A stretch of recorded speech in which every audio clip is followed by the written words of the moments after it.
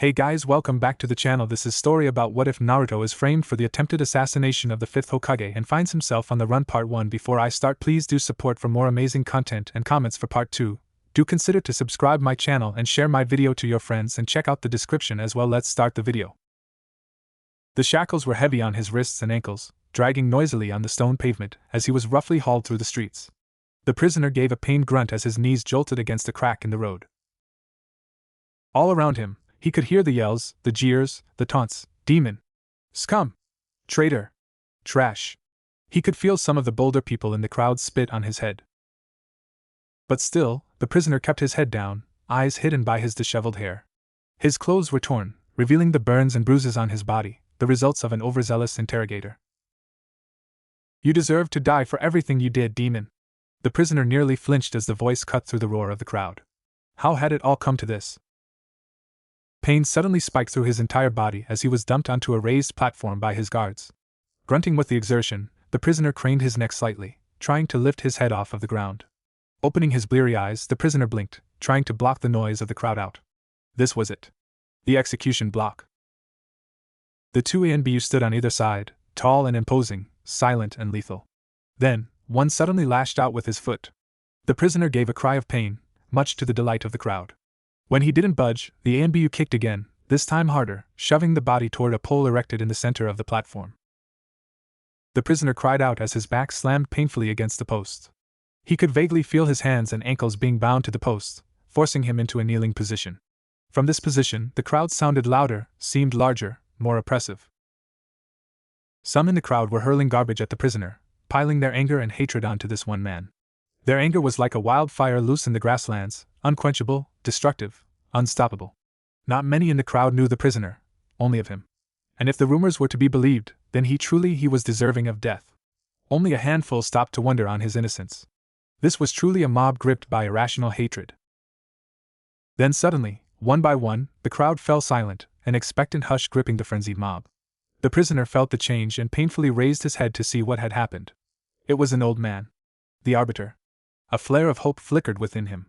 Perhaps he would believe. Please! You have to believe me! I was set up. I'm Ino, he yelled out, before being struck suddenly across the face with a wooden cane. The prisoner fell silent, but held his gaze up for a second longer. What he saw chilled him to the core.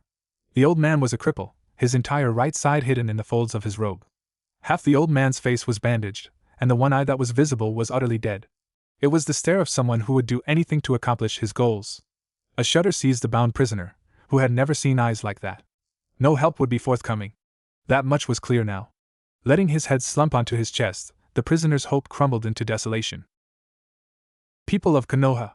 His voice was loud and clear, surprising for one so old. We are here today to witness the trial of this man, he shouted, pointing to the beaten prisoner with a crooked finger, for the attempted murder of the 5th Hokage. The crowd gave a savage cheer. Let's kill him now, some were saying. He deserves something long and slow. Others were calling out. The prisoner felt despair as he heard not a single voice from his so-called friends. Where were they now? How had something like this happened? This wasn't what he expected upon returning home. What do you have to say for yourself? The defendant blinked, before he realized that he was the one being addressed. I have nothing to say except that I am innocent. He spat out, his voice filled with impassioned bitterness. So you have said, but you cannot deny the evidence brought against you, the old man proclaimed. There was a Yamanaka there. He controlled me. I didn't do it. The prisoner cried out, trying to make the people see sense. A roar of outrage drowned out the plea of innocence. Now he dares to slander the honorable Yamanaka clan. From pond scum like him, no less. The old man cried out, turning to the crowd, left arm outstretched as if trying to capture the incredulity of the statement. How dare he? The crowd surged up in response. Kill him! Liar! Execution! Death! Traitor! No! I'm innocent!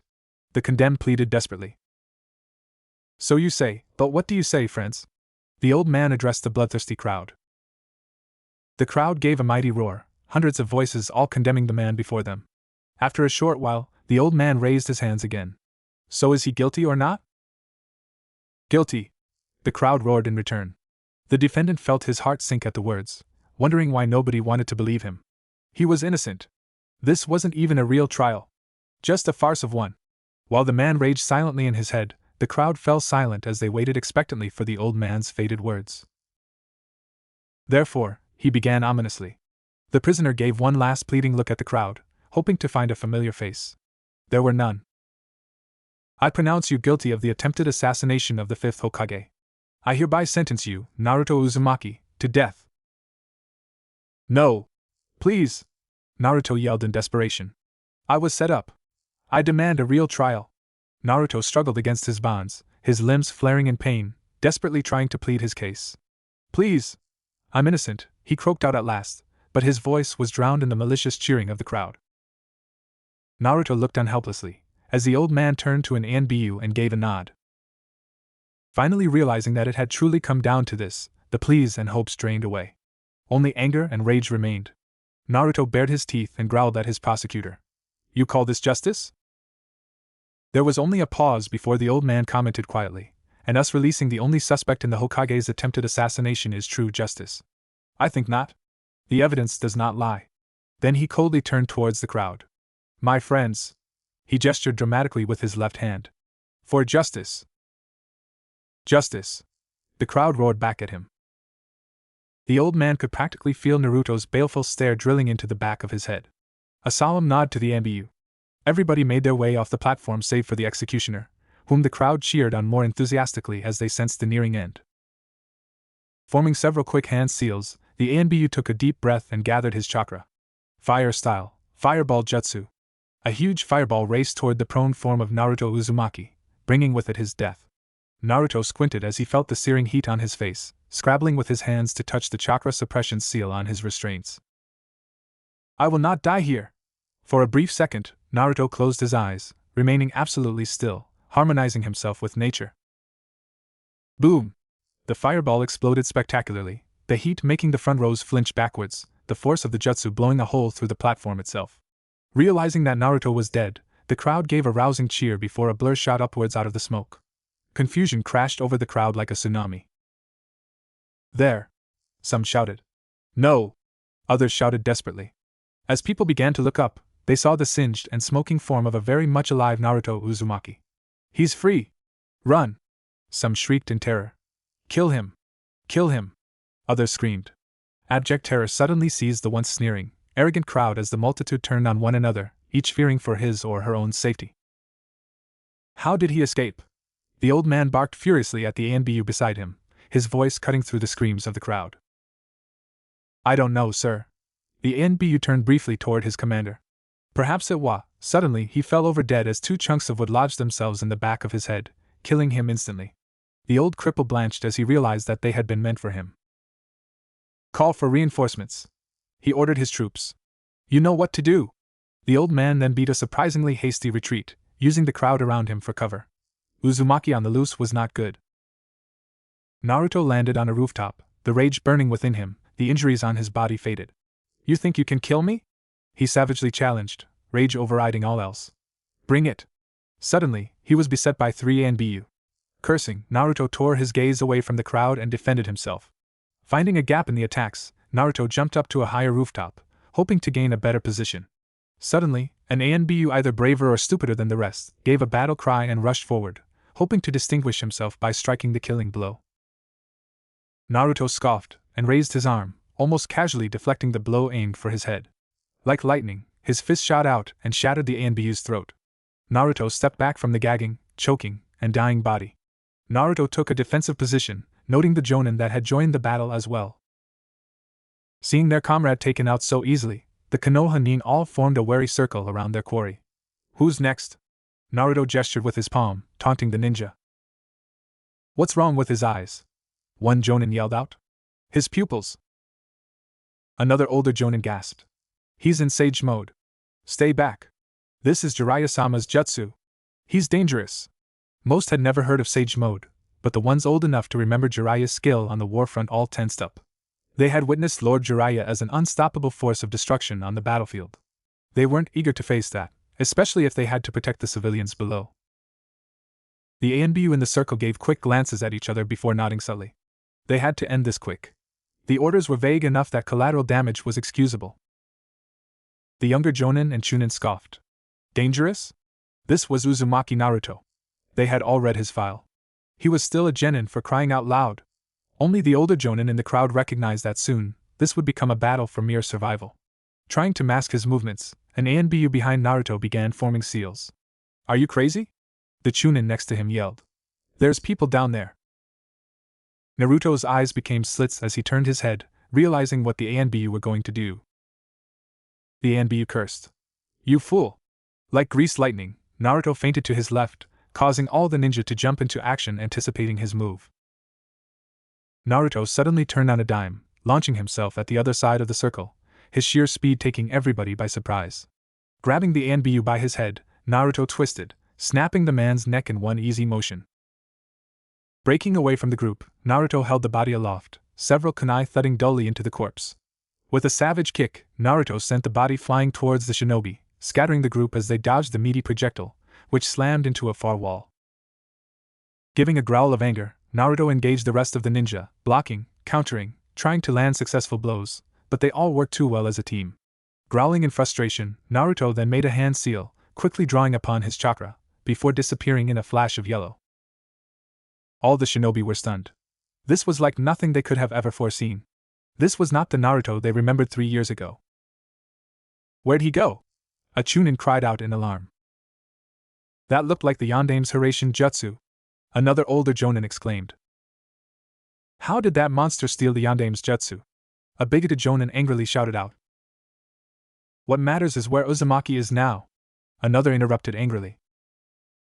The one he kicked away. An ANBU suddenly grunted in realization.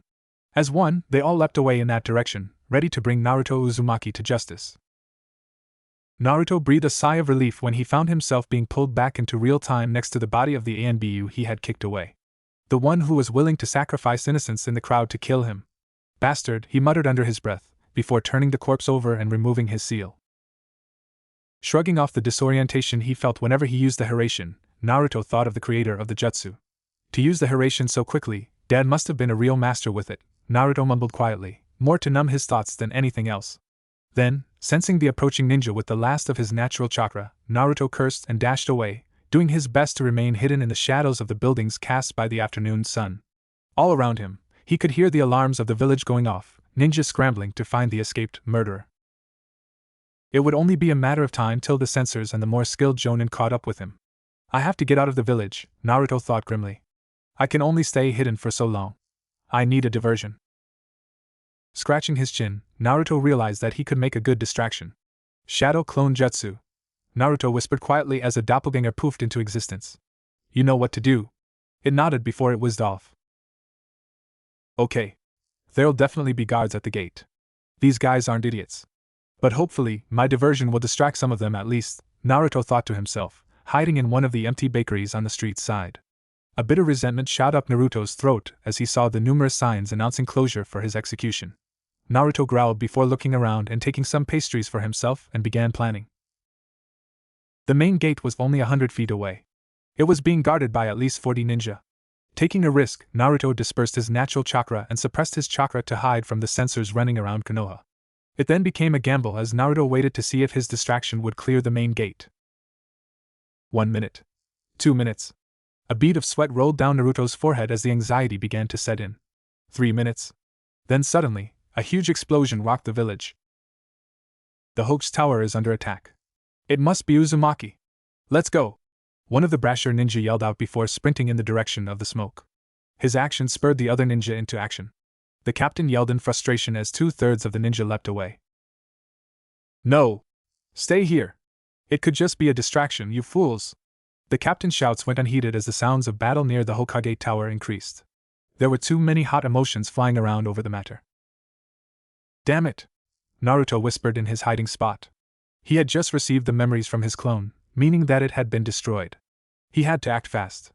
Tearing off the chakra suppressors, Naruto calmed himself and stood absolutely still, drawing in the nature chakra to him. It had been incredibly risky drawing upon natural chakra while he was on the execution block, as his chakra had been sealed. Without access to his own chakra, the nature chakra had threatened to overwhelm and petrify him, but thankfully, his chakra had rushed back at just the right time, balancing out even the small dosage he had drawn in. Now, though, there was no such danger as Naruto's own chakra ran wild, flowing like liquid fire through his veins. This time, Naruto drew in more than just a small burst, drawing in as much nature chakra as his body could balance with his normal stores. It was more than most jonin would ever be able to handle. Naruto opened his eyes, which were rimmed with orange and had rectangular pupils.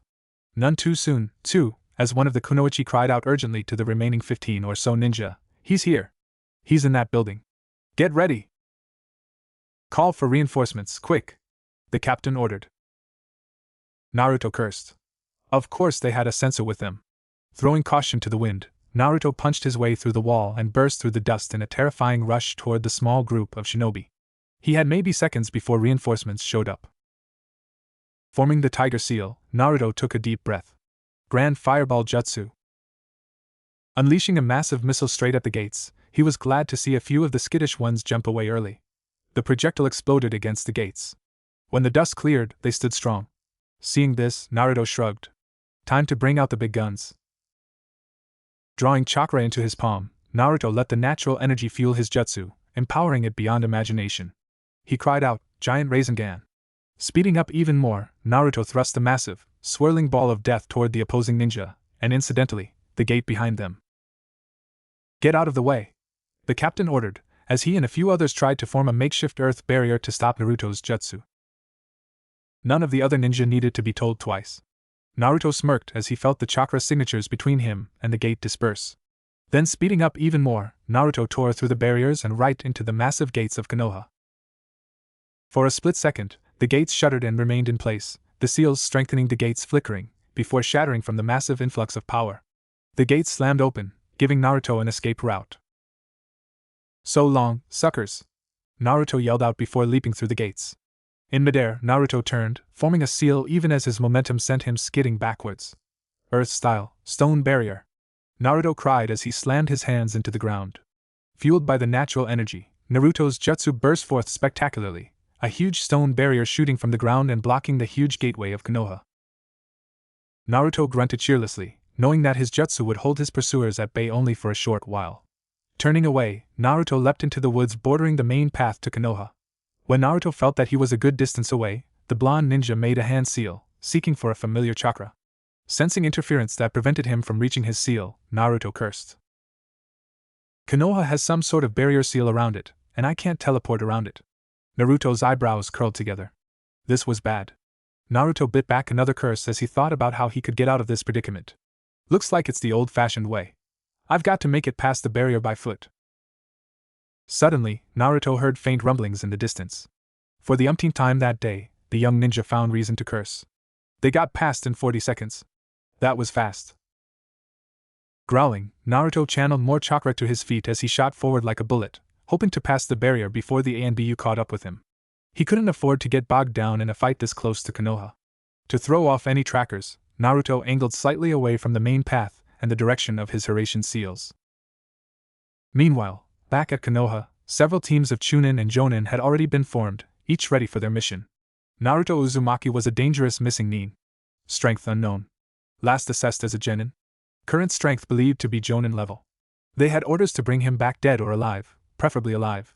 He was still the Jinchuriki and needed to stand trial. As the Jonin captains briefed their individual teams, other special ANBU teams had formed. Each team wore special masks different than the regular ANBU. Nobody outside of ANBU would have been able to tell the difference, because the main difference was a very subtle but dangerous one. Each of these special ANBU was incredibly loyal to their leader, not the Hokage, but Danzo Shimura. They glanced at each other, ignoring the other shinobi around them. No words were needed. They had their orders. Naruto Uzumaki had become too much trouble. As one, the entity known as Root dispersed, chasing after the missing nin as Naruto Uzumaki. They had a rogue asset to put down. Naruto collapsed on the ground of his safe house, activating the protection seals. Taking a moment to slow his breathing, Naruto slowly clenched and unclenched his fists. His muscles were weak from malnutrition, continuous torture, and the strain of running all day. His natural chakra was practically gone. Crawling towards the supply of soldier pills that he kept in a nearby drawer, Naruto popped one in his mouth, letting the energy wash over him. Knowing that it was bad to take the supplement on an empty stomach, Naruto groaned as his sore muscles moved his body toward another cabinet, where he pulled out some bread and began munching furiously. As energy flowed through his lead limbs, Naruto stiffened as he felt a disturbance outside. They'd found him. But how? Naruto's mind spun as he agonizingly pulled himself to his feet, ready to run. Slow down. Think. Use your head, a voice that sounded like Jiraiya said in his head. Although he could feel the buildup of chakra outside of his safe house, Naruto turned his attention inward. They had to have tracked him somehow. Nindogs? Sensors? Then Naruto sensed it. A disturbance in his chakra network. It was a tracker seal that they had placed on the bottom of his foot. Naruto's eyes shot open as he fell to the ground, pulling his foot upwards. Then, he could see it. It was a small work of calligraphy, but it was ingeniously hidden. The effect was so subtle that in the chaos of his escape, he hadn't noticed it. Knowing that he had mere seconds before the ANBU destroyed his hideout, Naruto injected some of his natural chakra straight into the seal complex, destroying the tracker with a burst of chakra. Naruto grit his teeth at the stinging sensation that came with overloading a seal, glad that it wasn't a large seal, which would have required more chakra. Suddenly, the chakra that had been building outside released all at once, and Naruto could only drop to his knees and curl in a braced position as his world exploded around him. Everything around him began to collapse as Naruto could only grit his teeth and cover his head. Seconds passed as debris began to pile on top of Naruto. When it stopped, the 12 ANBU outside of the destroyed safe house stood around warily. Had they got Naruto? Was he dead? There was so much residual chakra hanging in the air from the amount of chakra that had been thrown into those jutsus, that even the sensor in the group had trouble determining if there was a living source of chakra in the debris. Suddenly, out of the dust and smoke, they heard, Shadow Clone Jutsu. Everybody tensed as suddenly, 20 shadow clones shot out of the obscuring dust cloud, straight at them. The ANBU who were quick to react sliced at the incoming clones, destroying a few of them, but not before the bulk of clones was able to break free from the confining circle and dash away into the woods. Damn it! How did he survive that? One asked angrily, before another, a captain, yelled at the group. Let's move! Split up! He barked. As one, the ANBU teams vanished into the forest, the light from the setting sun quickly disappearing around them. As silence settled over the debris of the forgotten safe house, a hand pushed aside a large slab of rock. Ow! Naruto groaned as he examined the new set of bloody cuts and bruises he had received from the falling debris. Thank goodness for those reinforcing seals. Otherwise, I'd have been squashed like a bug. Naruto groaned as he pulled himself to his feet. He needed to get out of Fire Country, and fast. Naruto's chakra levels were quite low thanks to the distraction of his mass of shadow clones, but there was still enough to draw a good amount of natural chakra into his body. As the potent chakra flowed through his network, Naruto sighed in relief as a sense of power flowed into him. A new sense of determination filling him, Naruto turned towards Wave Country and the direction of his next nearest safe house. It was dark now, and that was both a good and a bad thing. Then Naruto cursed again. Most of his clones had run off in that direction. That meant that if he traveled to Wave Country, he could easily be caught in a pincer movement. I have to go to either Waterfall, Wind, or Lightning Country, Naruto thought with a sense of despair. That meant that he would have to turn around in a wide circle and spend even more time in Fire Country, time that would be very dangerous. I have to get in range of my Hiruzen seals, or I'm dead, Naruto thought as he sped off through the trees, not caring who saw or heard him. Speed was of the utmost importance. Naruto kept traveling well into the night, well after he had come out of several battles, well after hunger and cold had begun to gnaw into his bones. As the moon rose higher and higher into the night sky, Naruto sensed the ANBU blocking off his path to Lightning Country, and the Konoha Nin blocking his path to Wind Country. It looked like that it would be Waterfall Country after all. Naruto changed his angle of direction so he would run into the Jonin before the ANBU. If it came down to it, Naruto preferred to deal with opponents with skills specialized in areas outside of killing. Naruto could only thank the fact that he hadn't seen or had to seriously harm anybody he knew yet. Coincidentally, they were somehow all outside of the village on various missions. Then Naruto thought about that old man who had presided over his execution. The cripple knew more than he let on. It had been quick, but Naruto had seen him give an order to an ANBU. An ANBU! There was something foreboding about him. Then, Naruto thought about that fateful meeting with Tsunade. The assassin? He hadn't sensed anything at all out of the ordinary. And then, he'd woken up, and Tsunade Bachan. Naruto's heart clenched when he remembered the massive pool of blood that the legendary Tanin was lying in. And he was the one standing above her. But he was innocent. It hadn't been him. It had been the assassin. I'm going to clear my name. I have to. Naruto thought angrily. I'll prove it to them, believe it. Suddenly, he was broken out of his thoughts as a group of Chunin came barreling down on him. It was a flurry of blows and blocks before Naruto emerged victorious yet again, but this time with even more scrapes and cuts on his body. Fighting to disable was much harder than fighting to kill, even with his new skills. And he didn't want to reveal more of his new skill set than he had to. Naruto could feel his nature chakra running extremely low. He hadn't stopped to refill his stores, and Naruto was wishing that he had stopped at least to draw in a little more. But through his ragged breaths, Naruto looked up at the stars in the night sky and realized that he was almost at the border. Putting on another burst of speed, Naruto was alarmed to sense a group approaching him at a very rapid speed. Dashing toward the tree line, Naruto could sense waterfall country in the distance. He would be able to make it. With a final burst of speed, Naruto leapt away from the tree line, almost collapsing as his knees buckled under him. As the exhausted blonde stumbled forward, he saw a group of Jonin grouping near the borderline, preparing jutsu and hurling weapons. Damn. Even across the border he wasn't safe. Hoisting himself up painfully, he weaved and dodged, the main amount of projectiles missing him. A few nicked him, drawing blood, but soon he was out of range. The jutsu suddenly began pouring down, scorching fireballs, crumbling earth, crackling lightning. Naruto clenched his teeth and drew a kunai he had scavenged earlier in his left hand. Drawing blood on his right index finger, he rapidly drew a Hiruzen seal on the kunai and then hurled it as far as he could. Just before he was disintegrated into a paste, Naruto drew on his chakra and disappeared in a flash of yellow. Appearing 10 feet in midair, Naruto was too tired to bother cushioning his fall. He descended fast and hard, his body skidding to a halt in a cloud of dust. Glancing back, he could make out the glow of the jutsu sliding up the night sky. Grunting, Naruto picked himself up and trudged deeper into waterfall country, still wary for any Konoha nin foolish enough to try to spark an international incident. He wasn't going to die tonight. It was nearly sunrise when Naruto came into range of his seal. Grimacing, Naruto closed his eyes and concentrated, flashing away a second later to a small shelter hidden away in a cliffside. Using his chakra, Naruto activated the locking mechanism on the camouflage door, revealing a pass just thin enough for a person to enter through. Squeezing tiredly through with a painful wheeze, Naruto collapsed onto the cool floor as he relocked the door. Making sure that all of the protection and chakra disruption seals had been activated, Naruto finally breathed a sigh of relief. Safety. Sunlight filtered through a crack in the ceiling, affording Naruto a small light. Spying the bed, Naruto made his way over and crumpled gratefully onto the mattress. Sleep. Oh, it felt so good. The sun was just beginning to set when the young man woke. His blue eyes blinked as he tried to sit up. He winced as his entire body shouted in protest at even the smallest movement. Everything then began to filter back through Naruto's mind. On the run. Being hunted like an animal. The escape. The torture. The interrogation. The pain. Tsunade dead. No, not dead. Almost dead. Coming back home. Feeling so happy. Everything was right. Then, it all fell apart.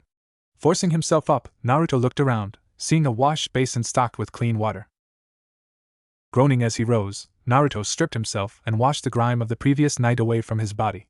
He grimaced as the memories replayed in his head. He had been framed for an assassination. He had almost been executed. He had killed Konoha Anbu. An image of Konoha flashed in Naruto's mind. Home, came his first thought, before a stab of despair shot through him. Not home. Not anymore. He was a traitor. He was a rogue ninja. I'm a nobody, Naruto thought bitterly. I'm not a Konoha ninja anymore. I'll never be Hokage. I'm just a nobody. I'm a nuke nin. As Naruto's gaze lowered, hot tears threatening to spill out, a numbness spread through the blonde. His home was gone, and he couldn't go back. My name is Naruto Uzumaki Missing Nin. 2 years, 10 months and 2 weeks ago. Hey, Ero Sennin. Naruto whined out. When are you going to teach me more super powerful jutsu like the Rasengan? Jiraiya sighed in frustration. They had had this discussion way too many times. Brat, I've told you. Don't call me Ero Sennin. It's not appropriate for someone of my stature. Secondly, I've told you this before, the power of your techniques doesn't determine a ninja's strength. It's how you use what techniques you have that determine your strength. Yeah, Naruto said flippantly, but I still want to learn some of your super powerful jutsus. Jiraiya growled. Brat. You know the Rasengan, and I'm teaching you Fuinjutsu. You're not ready for anything more powerful. Naruto narrowed his eyes defiantly. I want to learn my dad's jutsu. The one you keep talking about. The one that made him the yellow flash. Jiraiya gave Naruto a hard look. You're not entitled to anything, Jiraiya said bluntly, but not unkindly. You're still a kid. Show me that you're ready, then I'll teach you what I know. Jiraiya saw the fount of Naruto's endless questions about to burst forth. Not until then, he began quickly, and not if you keep bugging me about it. Naruto made a harsh sound in the back of his throat as he physically restrained his questions. That was about as good as he going to get from Jiraiya, he knew. Fine, Naruto relented, slightly sulky. Just one quick question, though, Hiruzen. If Tusan showed you how his jutsu worked, how come you don't use it? Naruto asked curiously. It took a while for the sage to gather his thoughts and form a response. So much for not bugging me, he muttered, following up with a chuckle to show Naruto that he would answer the questions. First off, brat, it's not my style. Your dad favored speed over strength, not that he lacked it. Precision was the name of his game. He liked to keep things clean. Ironically, his jutsu only served to multiply tenfold the destruction he wrought in the war. Jiraiya seemed to lose himself in his thoughts. Naruto remained silent, impatiently waiting for Jiraiya to continue. On the other hand, Jiraiya finally said, I am what you could call a heavy hitter, a power fighter. Like you actually? A byproduct of wartime, you could say. By the time I was actually able to make your dad's jutsu work, I was too old to integrate something new into my combat style. Naruto made a face. That's not such a great excuse. If somebody put their mind to something, they could probably do anything they wanted. Jiraiya scoffed. Yeah. I don't think so, brat. Besides, when your father showed me the inner workings of his jutsu, at the time, I was one of 2 people in the world who were privy to that information. The other was your mother. Tusan showed Ka-san? That's so cool. Did she learn how to use it too? You said the Uzumaki were seal masters, right? Naruto asked excitedly. Jiraiya gave another thoughtful pause.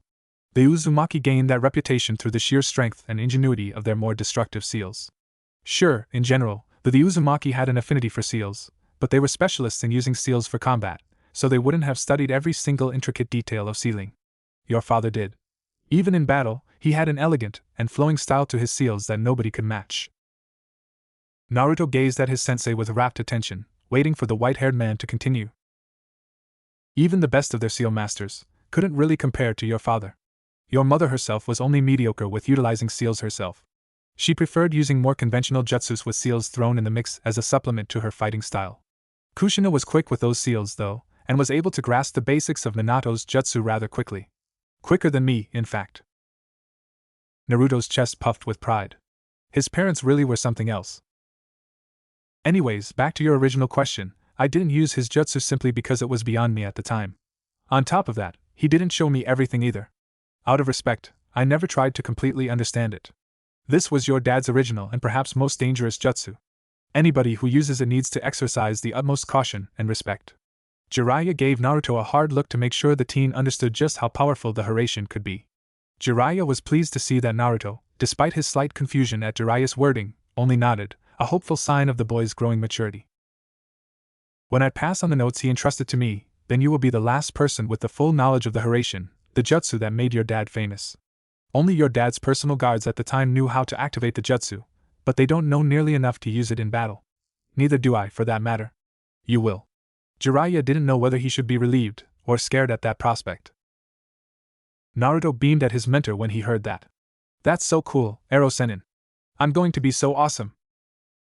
Jiraiya only rolled his eyes.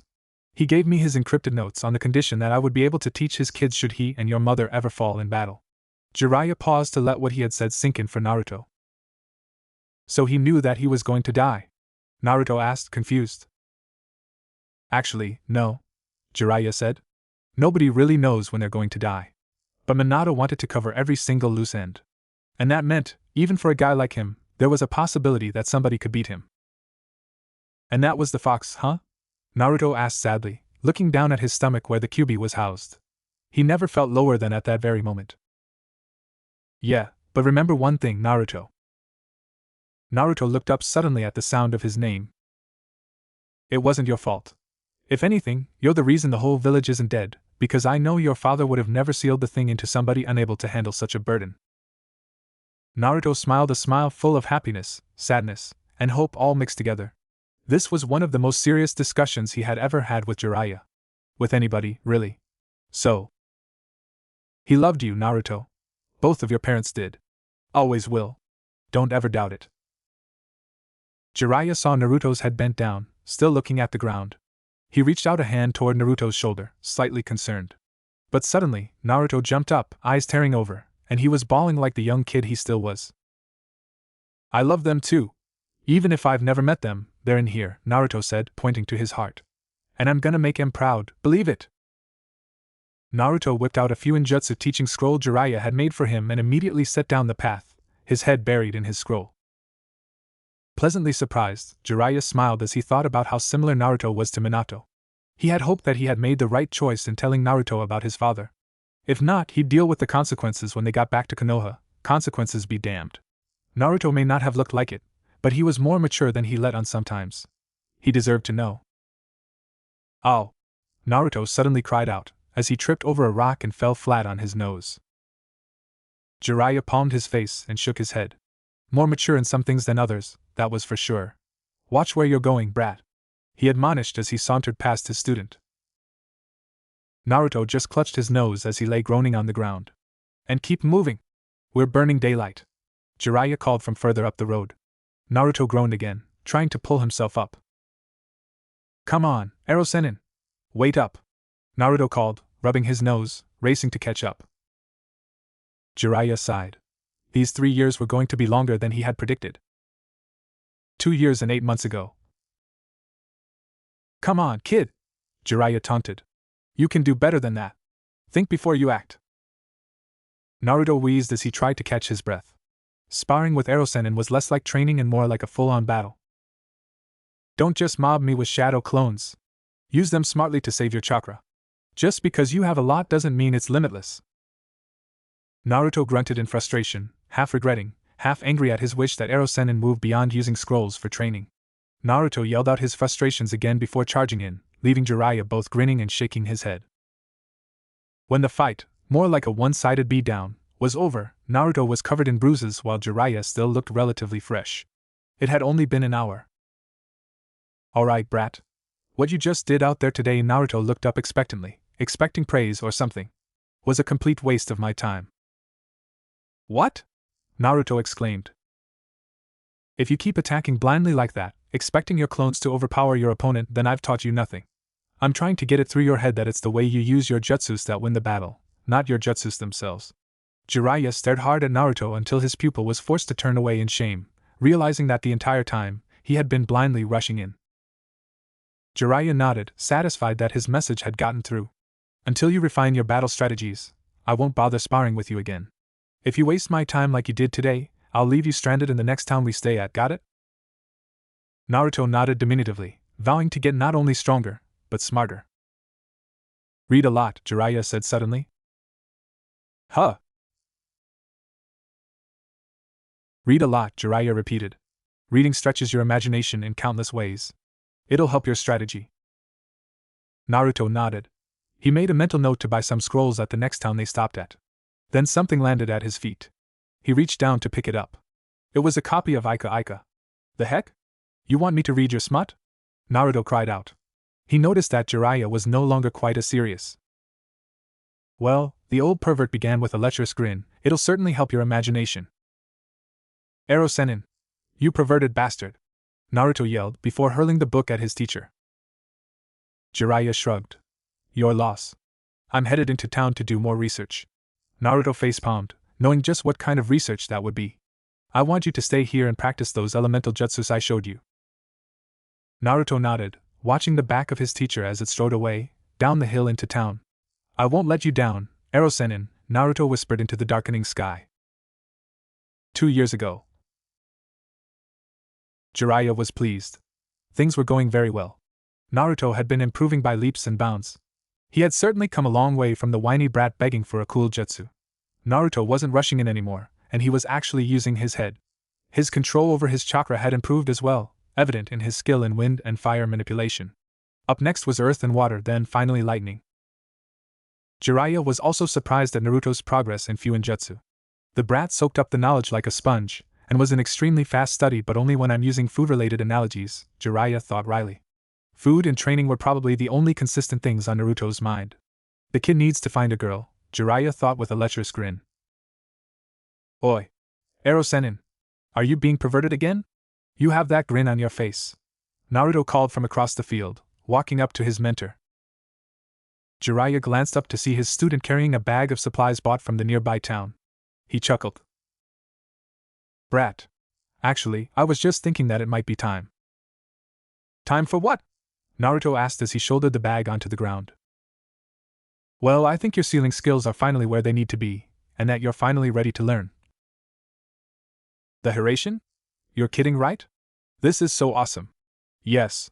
Naruto shouted out excitedly, prancing around. Actually, on second thought, you better not be kidding, Hiruzen, Naruto said pointedly, waving his arms excitedly. Yes. Finally. Jiraiya just scoffed. If only you showed this kind of dedication for chakra control exercises. But those are so boring, Naruto retorted. This is going to be so cool, though, teleporting all over the place. Jiraiya just raised his eyebrow. Naruto would find out soon enough, but Minato had spent months mastering, perfecting, and speeding up his jutsu. During that time, Minato's training had been so repetitive that Minato himself had nearly given up the jutsu in frustration. Luckily for him, though, Kushina had always been there to ease tensions. Jiraiya knew for a fact that Kushina had never been more satisfied than during those months. He giggled perversely, thinking of the all-too-obvious grin pasted on Kushina's face during those 4 months. Then he thought of Naruto. Too bad for the brat. Alone. Like me. Jiraiya suddenly shook himself out of his stupor. Naruto was still young. He'd find somebody yet. The blonde in question was so busy being excited that he had failed to notice Jiraiya's spaciness. Alright, brat. If you want to get started, get over here. In the blink of an eye, Naruto was standing in front of Jiraiya, causing the sage to raise an eyebrow. You keep moving like that, you won't even need to learn the Hiruzen. Ha, Naruto sarcastically responded. Come on, Hiruzen. Let's start already. Jiraiya just chuckled as he hoisted himself up. Okay, kid, before I explain anything to you, I'm just going to demonstrate to you how to jutsu feels. While you were gone, I set up a seal on the far side of the field. I'm going to teleport the both of us to that location. Hold on to me and don't let go until I say so, or you might not make it. Jiraiya paused to make sure Naruto understood. The blonde eagerly bobbed his head and grabbed onto Jiraiya's arm. I'm ready, believe it! Jiraiya rolled his eyes before drawing on his chakra, attempting to make a bridge with the seal. It took about 7 seconds. There we go, Jiraiya thought, making the connection. In a bright yellow flash, Jiraiya and Naruto were gone. A full second later, they appeared on the other end of the field, right near Jiraiya's seal. Alright, safe, Jiraiya informed Naruto, who promptly let go of his mentor and fell to the ground, a wave of nausea passing through him. Whoa, that was intense, Hiruzen. I don't feel so well, Naruto groaned out, his head spinning wildly. Jiraiya knelt down worriedly. The reaction shouldn't have been this bad. Hey Naruto, you alright? Jiraiya reached to touch Naruto's shoulder before yanking it back, hissing in pain. Naruto was burning, literally. What's happening, kid? Jiraiya asked, standing up, already reaching into his ninja pouch. I think it's the fox. Naruto grunted out. My body's burning up real bad. Naruto suddenly curled up, his insides feeling like they were boiling over. Hang on, Naruto. Jiraiya hastily rummaged through his pouch before he found it. Slapping the piece of paper on Naruto's head, a seal activated and actively began suppressing the Kyuubi's chakra, which had already begun to bubble around Naruto. Jiraiya breathed a sigh of relief as the chakra dissipated. Brat, you okay? Yeah, Naruto groaned out. What happened? To be honest, I really don't know. Jiraiya thought about what could have happened. It had happened when they had slipped back into this dimension from the other one, but how could that have affected Naruto's seal? This was getting complicated. After teleporting 2 more times, Jiraiya was finally convinced that the teleporting was somehow causing the Kyuubi to seep through. The 3rd time they had used the Hiruzen, Jiraiya had placed extra seals on Naruto's seal, designed to prevent any sort of chakra seepage into Naruto's system. That time, Naruto had suffered only a minute amount of Kyuubi's chakra seeping through. Even that, though, required a suppressive seal. It was strange, Jiraiya mused to himself. He really didn't know what was going on, but if he had to guess, because Minato had designed the seal to incrementally release the fox's chakra into Naruto's system, the fox and Naruto were in a constant struggle for control, even if the brat didn't realize it. Too much chakra seepage, and Naruto was done for. Maybe the Hiruzen exacerbated that conflict. Jiraiya knew that using the Hiruzen placed a unique strain on the body. Minato had suffered from exhaustion from overtraining once, he remembered. At the time, the Hokage seemed like he had aged several years. The stress on his body had put him off the training grounds for a good week, but thankfully, the effects receded after a week. Minato had theorized that extra-dimensional particles from using the Hiruzen had somehow caused deterioration to his body's cells. At the time, Jiraiya had dismissed the theory and assumed that Minato had simply been overworking himself. Now, though, that theory became much more relevant. Making an educated guess, Jiraiya believed that the stress the Hiruzen, or these particles, imposed on the body either augmented the effect of the chakra seepage or deteriorated the safeguards in the seal to the point where the fox could exploit the weakness. Either case, it was an unpleasant ultimatum for Jiraiya. On the one hand, he was definitely looking forward to teaching Naruto the Hiruzen. However, he also wanted to train Naruto to control the fox's chakra. He would have to choose one or the other. Using the Hiruzen would involve writing a more permanent suppressing seal over the 8 trigram seal. That would effectively prevent the fox's chakra from seeping through and dominating Naruto, but it would effectively cut the brat off from the benefits the fox brought. Naruto's healing would slow dramatically, and his chakra stores could potentially decrease. To counteract that, he could create a small storage area in the suppression seal to store a handful of the Kyuubi's chakra. Small enough so that it wouldn't trigger chakra seepage, but enough for emergency purposes, like healing the worst of a life-threatening injury. On the other hand, Naruto could keep and hone the skills of a Jinchuriki, but at the lack of the Hiruzen. By the time Naruto could control the fox's power, it could very well be too late to learn the Hiruzen. That may in fact be the best option, as it wouldn't involve a complete turnaround in Naruto's fighting style. TCH. Jiraiya cursed this unfortunate situation. He was so absorbed in his thoughts that he nearly jumped when Naruto cleared his throat behind him. He turned to his godson. "What's up, brat?" I've been doing some thinking." Naruto paused, as if drawing strength to say what he had to say. "All my life, people have looked down on me because of the fox. Now, when I find out that the fox is holding me back from learning Dad's jutsu, I guess I should be really angry, but I'm not." Jiraiya raised an eyebrow. "The fox has really become a part of me, and it's a little weird, but I don't want to just let that go. It's shaped me, you know?" Jiraiya nodded. He had lived long enough to know the feeling. "But this is Dad's signature jutsu we're talking about. I feel like that I have to learn it, no matter the cost, you know?" Naruto was babbling now. "Even if I have to give up what the fox has given me, I want to learn the Hiruzen. It's one of the only things I have from him." "What about the fox?" Jiraiya asked carefully. He didn't want to be tactless here. Naruto was still a kid. Naruto nearly flinched. "Well, Dad kinda gave him to me too, I guess, but I feel a connection to Dad when I think about using his jutsu. With the fox, I'm barely in control of myself. It's just bad memories, really. I'm ready to move on. What happened to me because of the fox was in the past. I want something else to remember Dad by. Do you know what I mean?" Naruto asked almost desperately. His words were coming out in a confused jumble. Jiraiya was silent for a long while. He had predicted that Naruto would want to learn the Hiruzen. He was still thinking about the potential issues. "You do realize that you'll have to adapt your fighting style to the Hiruzen, right? That'll take up a lot of time that we don't have." "I'll work even harder," Naruto said fervently, grasping at the hope Jiraiya was putting forth. "You won't have access to the fox anymore. That means the healing and the chakra." "That's okay. I'll work to compensate," Naruto replied. "I want to do this on my own power anyways. The fox's power is borrowed." Naruto suddenly thought about Sasuke's pursuit of power, and the blackness it had brought in his heart. He had accepted power from Orochimaru, and it had twisted him into something unrecognizable. I need to do this on my own terms," Naruto said fervently. Jiraiya was impressed by the strength of ambition and determination burning in Naruto's eyes. "What does him mean?" Naruto asked anxiously. "I think that you've convinced me, brat." Jiraiya grinned at Naruto. Naruto grinned in reply. "Awesome. Thanks, Ero Sennin." Jiraiya chuckled as he was wrapped in Naruto's hug. "You're going to have to work extra hard to make up for lost time, you got that?" Jiraiya said sternly. "You got it," Naruto said, stepping back, already jumpy with excitement. "Besides, it might actually complement the skills I wanted to pass on to you. My skills as a spy master." Normally, Naruto would have scoffed at Jiraiya's self-proclamation, but he was too happy right now. Oh, and when I seal the fox even further, it might be painful, Jiraiya said, walking back to camp. Extremely, he muttered under his breath. Wait, painful? Naruto asked, his reverie interrupted. How painful? Hiruzen. How painful? Naruto shouted, racing to catch up with the old sage. 1 year ago.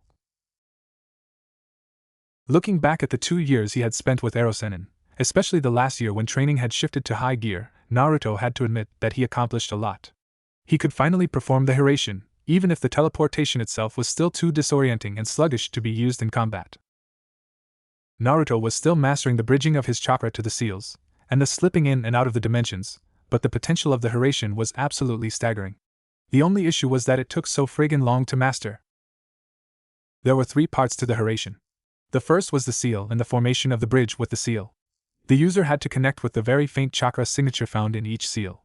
The first step required huge amounts of focus and familiarity with one's seals. After enough training, it would become like second nature to connect with the step was basically similar to muscle memory, and building speed, the most boring part, in other words. The second step involved slipping between dimensions and the actual teleportation. Relatively speaking, this was the simplest step, in the idea that once Naruto had learned how to traverse space and time with the seals acting as markers, all that was left was to fine-tune the seals so that only he could traverse spacetime with those specific seals. This was a safeguard just in case he ran into another shinobi skilled with spacetime fuinjutsu. As unlikely as that was. The final part involved in the Hiruzen was the honing of reflexes to the point that reactions were practically instantaneous. After all, speed was the key to the success of the Hiruzen. Teleporting behind your opponent was useless if your opponent could react more quickly than you could act.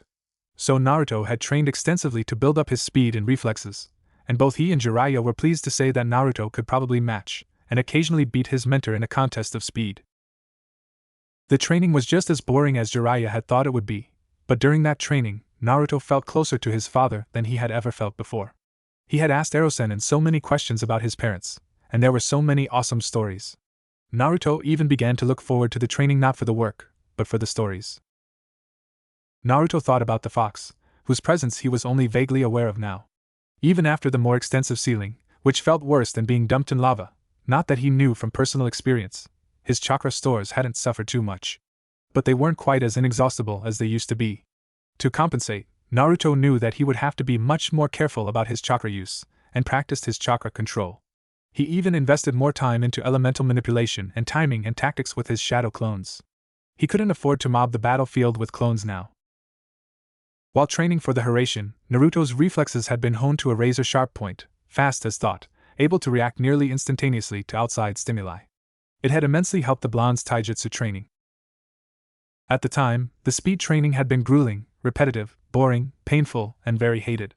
Now, though, Naruto was ready to admit that it was all worth it. I'm so awesome!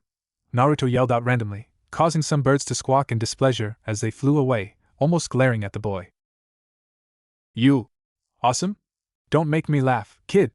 Jiraiya called from the campsite, interrupting Naruto's self-praise. It's time to head into town and practice what I taught you about seeing without being seen. Let's go. Another thing I learned in 2 years, Naruto thought as he walked back to camp, grinning. One of the things that Jiraiya hadn't been able to beat out of him, though, was his motor mouth. Oh, by the way, after 2 months, whether the Hiruzen is mastered or not, we're moving on to Senjutsu almost exclusively, Jiraiya mentioned to Naruto, who nodded in acknowledgement. Naruto didn't know whether to smile or frown. Training with Jiraiya was considerably more intense than he had ever imagined. He wondered what sage training was going to be like. Originally, he thought that he would be going from town to town, dragged into the red light districts, watching Hiruzen make a fool of himself. Well, there were days when that was the norm, Naruto thought with a scoff, but most days involved incredibly tough training. Oh, and just so you know, we're also going to pick up new clothes for you. New clothes? Naruto asked indignantly, glancing at his outfit. What's wrong with the ones I'm wearing right now? Aside from the wear and tear and the fact that you've most definitely outgrown it? Jiraiya raised his eyebrow. Naruto looked at himself again. His pants were now well above his ankles and his jacket had become so tight that he had to start keeping it unzipped and sleeves rolled up. Alright, so it's a little small, but I can still wear it, Naruto exclaimed. Jiraiya only shook his head at his student's lack of fashion sense. Brat, dressed like this, you're like a neon sign, asking people to look at you.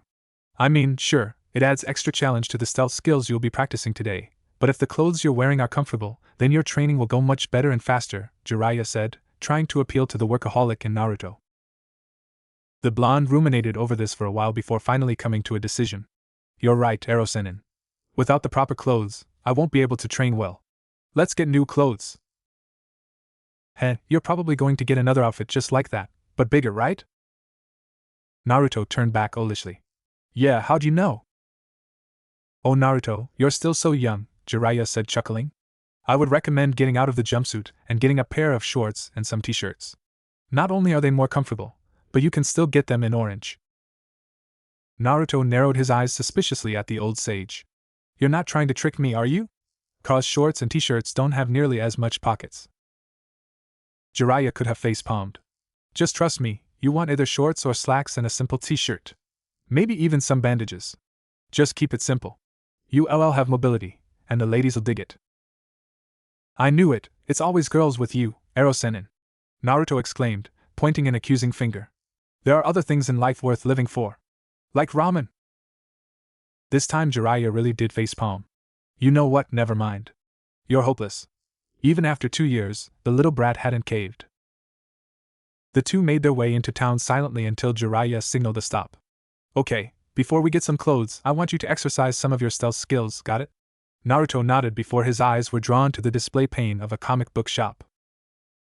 Remember Naruto, whenever you're trying to gather information, you can't let others know that you are gathering info, Jiraiya said sagely, closing his eyes and nodding his head as if to infuse his words with further sagely wisdom. Then he opened his eyes to see Naruto's back. The brat was looking at that comic book shop. He wasn't even looking at a girl. Unforgivable. Hey brat! Jiraiya suddenly yelled, forcing Naruto to crane his head in the teacher's direction. Were you even paying attention to my instructions? Naruto smirked. Don't let others know you're listening? Jiraiya's eye twitched briefly. I don't mean when I'm talking, you ungrateful, disrespectful brat. Jiraiya then thumped Naruto soundly on the head. Ow! Naruto cried, rubbing the lump that was already growing. Why'd you do that, Hiruzen? I was just practicing what you said. I said when you're gathering information, not when your great and wise teacher is trying to impart some words of wisdom to you. Jiraiya yelled at his pupil. Sometimes the boy was very dense. Naruto looked sheepish, then suddenly got wide-eyed as a light bulb dinged on in his head. Wait, I get it now, Hiruzen. Get what? Jiraiya grumbled. And for the last time, don't call me Hiruzen. That's how you gather information, Naruto cried, as if it all suddenly made sense. What? Jiraiya was confused. You gather information when you peep on women. That's what you do when you do your so-called research, Naruto exclaimed. You're such a big pervert because it's your job. Jiraiya's mouth dropped open. Then suddenly it snapped shut as he thought of how easy it would be to convert Naruto, now that he had him in his grasps.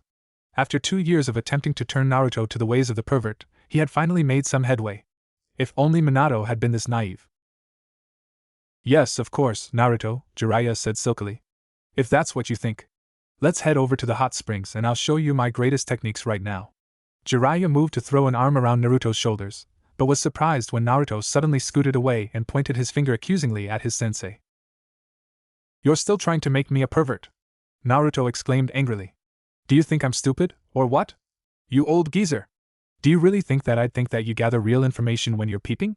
The only information you'd gather is for that crappy smut you write. Jiraiya raised an eyebrow. So the kid was just trying to pull one over him. Then, he leaned towards Naruto angrily, his eyes burning with fire. You little brat! You know nothing about my honorable line of work. The trials I face. The tribulations I must overcome. Yeah, Naruto said, brushing off Jiraiya's comments. You're still just an old pervert. Alright, brat. You asked for it. Jiraiya trailed off as his eyes trailed toward an apparition of beauty walking by.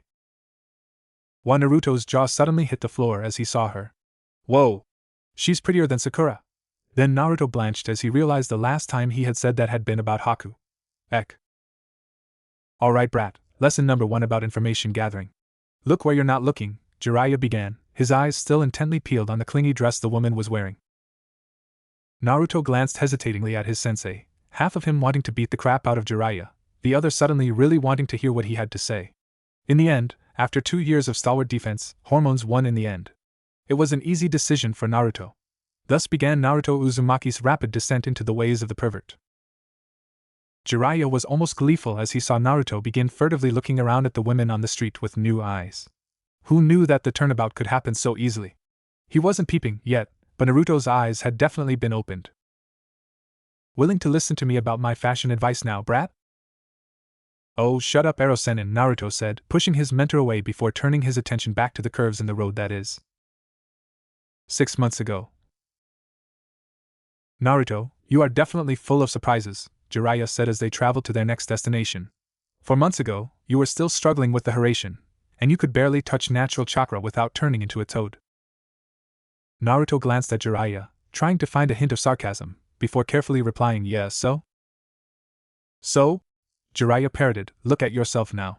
You've somehow completely mastered Senjutsu in the 4 months we spent at Mt. Maiboku. Not only did you learn it faster than me, but you even mastered it even more totally than me. You've even improved on the Hiruzen little by little." Jiraiya was still amazed that Naruto had been able to accomplish such difficult tasks so quickly. "Well, thanks, Hiruzen. But you definitely helped a lot for a change. You're usually at the bars trying to pick up a lady," Naruto snickered. His lack of boasting said much of the young man's new humility. Jiraiya scowled good-naturedly. "Well, you can forget the you're welcome I was about to give you, brat." Naruto grinned cheekily in reply. "It's too bad you couldn't practice bonding with Ma and Pa," Jiraiya said, turning back to the road. "I guess. But hopefully I'll be fine even without bonding with Gramps and Gram. I mean, we did figure out that shadow clone trick, remember?" Jiraiya did remember. He had always known that shadow clones transferred their memories back to the original upon release, but Sage Chakra could also be transferred. Perhaps it was that unique training trait that had allowed Naruto to accelerate so quickly. "Yes, well, it hasn't been battle-tested yet, so hopefully it'll still be just as good in the field." "Yeah. But still, admit it. You're impressed that I've mastered Sage Mode even further than you," Naruto said, a slight chuckle seeping into his voice. "Impressed? Perhaps. The same way I'm impressed when a dog learns a new trick," Jiraiya responded dryly. Naruto just laughed. "You're going to be working so hard to catch up with me." Jiraiya just smiled and shook his head. It was true. The two fell into a comfortable silence, Naruto walking side by side with his mentor, godfather, and friend. "So what now, Hiruzen?" Jiraiya thought about it for a moment. "Well, first, you need to continue practicing the Hiruzen. Your times for the bridge are getting faster, but they need to get even faster. Fast as thought. I can tell that it still takes you a half second to find them while we're sparring. Also, the faster you're able to recover from the disorientation, the more lethal the jutsu becomes. Secondly, we'll need to practice those stealth, blending, and observation skills I taught you. They need to become instinctual for you, got it?" Naruto nodded. "Good. As we're doing that, I want to set you up with your own information network, somewhat independent from mine." "Wait, why can't I use yours?" Naruto asked. "Well, just in case we get separated on different high-risk missions, we each have secure channels that we each trust. On top of that, this protects the integrity of the network. The less people drawing information from the network, generally the more secure it is. If you start using my contacts, suspicions can arise more easily. The name of the game is discretion and efficiency." Naruto just raised his eyebrow and nodded, an indication that he only partially understood. Jiraiya sighed. "You have to be immersed in the business for a while before you truly understand. Then you'll see what I mean." 1 week ago. The past 6 months, the name of the game had been application. Everything Naruto and Jiraiya did was designed to help Naruto apply his skills to the real world. This included everything from hunting down bounties and performing espionage work. Much to Jiraiya's dismay, this excluded information gathering at hot springs, as Naruto had flatly refused. The results, though, had been well worth the added risk and danger. Not only did he and the brat fill up their wallets quite a bit, but if he had to wager on Naruto against any Jonin in Konoha, he'd bet on Naruto all the way. Even against Kakashi. Naruto and Jiraiya were strolling down the path toward Konoha. In about an hour, they should be able to see the village. Naruto's excitement was overflowing and contagious, as Jiraiya couldn't help but grin at the sight of his student's jumpiness. And the new outfit too. Black slacks, a kunai holster on each leg, and a dark gray shirt with the Uzumaki crest emblazoned on the back. Of course, it wouldn't be Naruto without orange, which was found in the blonde's black-orange jacket, which he had taken off in the nice weather. Still though, the boy had filled out well as a young man, and even with the throwback jacket reminiscent of his jumpsuit, the kid still looked competent, but not particularly conspicuous. Perfect. Relax, kid. What? You have a girl you're dying to see or something? Naruto suddenly thought about the girls he knew. Sakura, Ino, Hinata, Tenten, even Ayame. He would love to see how they filled their curves in the 3 years he was gone. Ooh, there is, isn't there? Jiraiya asked, giggling. You have that look in your eye. Naruto glared suddenly, knowing full well who had originally introduced such a look into his eyes. Not that he could honestly say he minded. I don't have a girlfriend, but I'd love to see how some of the girls I know filled out. Oh, I see. Well, the only reason you might have trouble checking them out is that they'll be clinging all over you. Jiraiya giggled at the thought. Especially with my training. Training? Naruto asked, demonstrating his foxy grin, accentuating the whiskers in his cheeks. Jiraiya chuckled. He after all did teach Naruto how to convert the cute behind the grin into charming. Sexy even, if he were to take into account certain women's reactions. The girls loved it. Oh yeah? Just remember what I taught you. What you taught me? Who are you kidding? I've definitely gotten this far with my own charm and skill. You just started me on the path, Naruto retorted. Humph. So now you have some success and you're willing to toss me aside, brat? Jiraiya asked, mocking hurt feelings. Only so long as it helps me pick somebody up. Oh wait, that's all the time now, Naruto jokingly replied. The two shared a laugh. Both knew that Naruto was the furthest thing from a player, but it was funny to act like it sometimes. Suddenly, Jiraiya grew serious. Listen, Naruto. Naruto wasn't used to Jiraiya using his real name, so knew the sage was being serious. When we get to Konoha, remember that you shouldn't tell anybody about your heritage or your extra skills. Not until Tsunade and I have worked out a way to let everybody know. Yeah, I remember, Naruto replied, not sullenly. He knew the dangers in people finding out who he was. Remember, that means stuff like flashing or going natural, Jiraiya said with just a hint of amusement at Naruto's half-hearted scowl. You know, going sage. Naruto sniffed at Jiraiya's teasing of the nicknames he had come up with for the major skills he had learned. Why is it that everything you say comes out pervy, Hiruzen? Heh. You're the one with the dirty mind, Jiraiya responded jokingly. You can't seriously be accusing me of having a dirty mind, Naruto deadpanned. Anyways, remember, discretion is key here, okay? Right, old man. I've got it. Let's just get back home quick so you can go all pervy on Tsunade again. Oh, you can bet that I'm looking forward to seeing Tsunade again, Jiraiya said. Alright. We'll give our report about an hour after we arrive, give her time to get ready. During that time, feel free to catch up with your friends. Thanks, Hiruzen, Naruto replied, his excitement returning in a rush. Jiraiya just smiled at his godson. Konoha! I'm back! Naruto whooped out atop a street light, much to Jiraiya's amusement. The young blonde reveled in the sights of the village, the sounds of the crowds, the smells of the food. He was finally home after 3 long years. Naruto! Is that you? A voice broke into his thoughts. Recognizing the voice, Naruto dropped down and gave a big grin to Sakura Haruno. Sakura! It's great to see you! Naruto said, grinning and automatically moving in for a hug. Sakura, caught off guard by Naruto's sudden return, his height, and his new look, became flustered as her old teammate hugged her. Hi, Naruto, it's nice to see you, Sakura said, blushing shyly, returning the hug quickly. Naruto pulled back with his grin, still playing the oblivious card. Like any other guy, he was definitely emboldened by Sakura's reaction. It's great to see you too. How've you been? Fine, thanks. Sakura seemed dazed almost. Wow, Naruto. It's been so long. You've changed a lot, she said appraisingly. Naruto blinked, already seeing where this was going. Heh, thanks Sakura. You've definitely changed a lot too, Naruto said, taking a step back. The short hair's nice too, he said, eyes unobtrusively scanning up and down. Sakura was still flat, but the curves were there, kind of. Naruto was suddenly on guard as Sakura's mood took a 180 turn. Are you checking me out? Sakura cried, her blush replaced by anger. Naruto's sweat dropped. Sakura was bipolar, suspicion confirmed. And if I was Naruto, tentatively offered. The wind suddenly dropped from Sakura's sails as she wasn't expecting Naruto's confident candor. Oh well, nothing. I mean, never mind, she finally said, a blush returning to her face.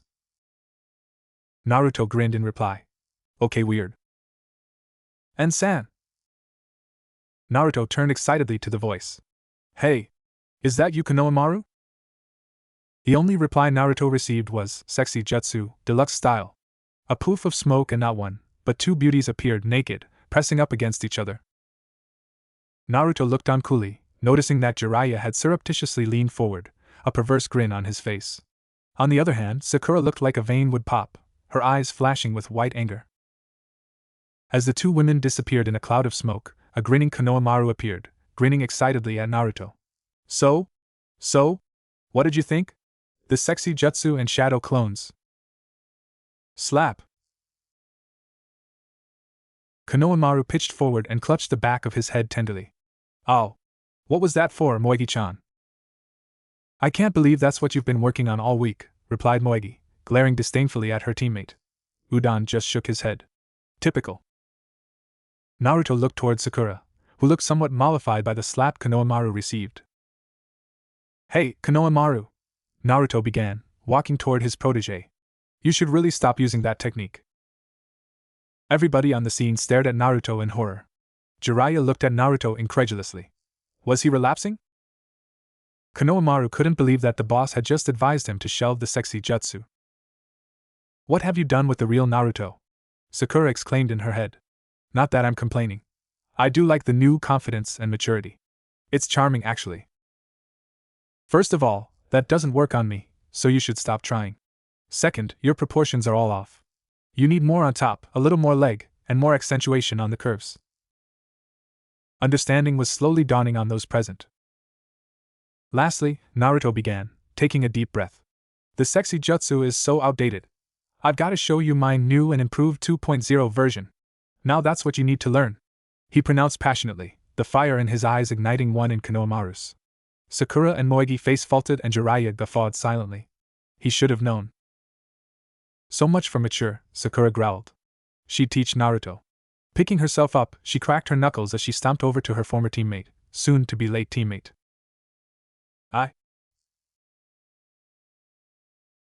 Jiraiya looked over at Naruto again, a laugh forming on his lips. Don't even, Naruto warned, nursing the lump on his forehead. Sakura had gotten significantly stronger. His head in the crater in the road was a testament to that. He wouldn't be making that mistake again. I told you to be careful, kid. You can never tell with women. Some have super strength, others don't, Jiraiya said, thinking of Tsunade. Yeah? I'm just surprised that Sakura made Chunin. Good for her. Except. Everybody's probably been promoted, and you're still a genin, Jiraiya finished for Naruto with a teasing grin. Heh, that would only bother me if I was still at genin level. And I'm definitely not, Naruto retorted. Well, you were definitely noticing that Sakura had, how should I put it, become a chunin, Jiraiya joked. I guess, Naruto said, digging in his memory. She's got nice legs. They attach nicely to her backside too. She's still pretty flat-chested though. Naruto suddenly wondered when he and Erosenin had made talking about girls a regular part of their conversations. He could definitely see how, to an outsider, it could have been considered creepy. Extremely, actually. But that was the beauty of his relationship with Jiraiya. Speaking of old friends, there go some more right now, Jiraiya said, subtly pointing out a group of 3 walking towards them. I've got some stuff to take care of. I'll catch you later. I'm sure you'll handle yourself more carefully than before, right? Naruto just huffed in his mentor's direction, eliciting a laugh.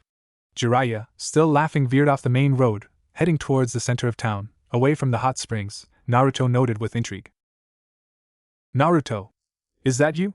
A bored voice called out. We heard that you were back. Naruto turned to Shikamaru, Ino, and Choji, giving them a big grin. Why does everybody ask that? I don't look that different, do I? Well, you're definitely taller, and much more noticeable. It seems training's done good things for you, especially your fashion sense. Choji remarked, hands surprisingly free of a snack. Thanks, I think, Naruto replied. Except for Shikamaru, it seems you all changed styles too. Naruto noted. Shikamaru raised his eyebrow, but said nothing. Especially you, Ino, Naruto continued. I'm definitely liking it. Naruto gave the platinum blonde a quick once-over before grinning brightly. Unlike Sakura, Ino scoffed at the attention. Typical. Of course, that's the first thing you would recognize. Well, of course.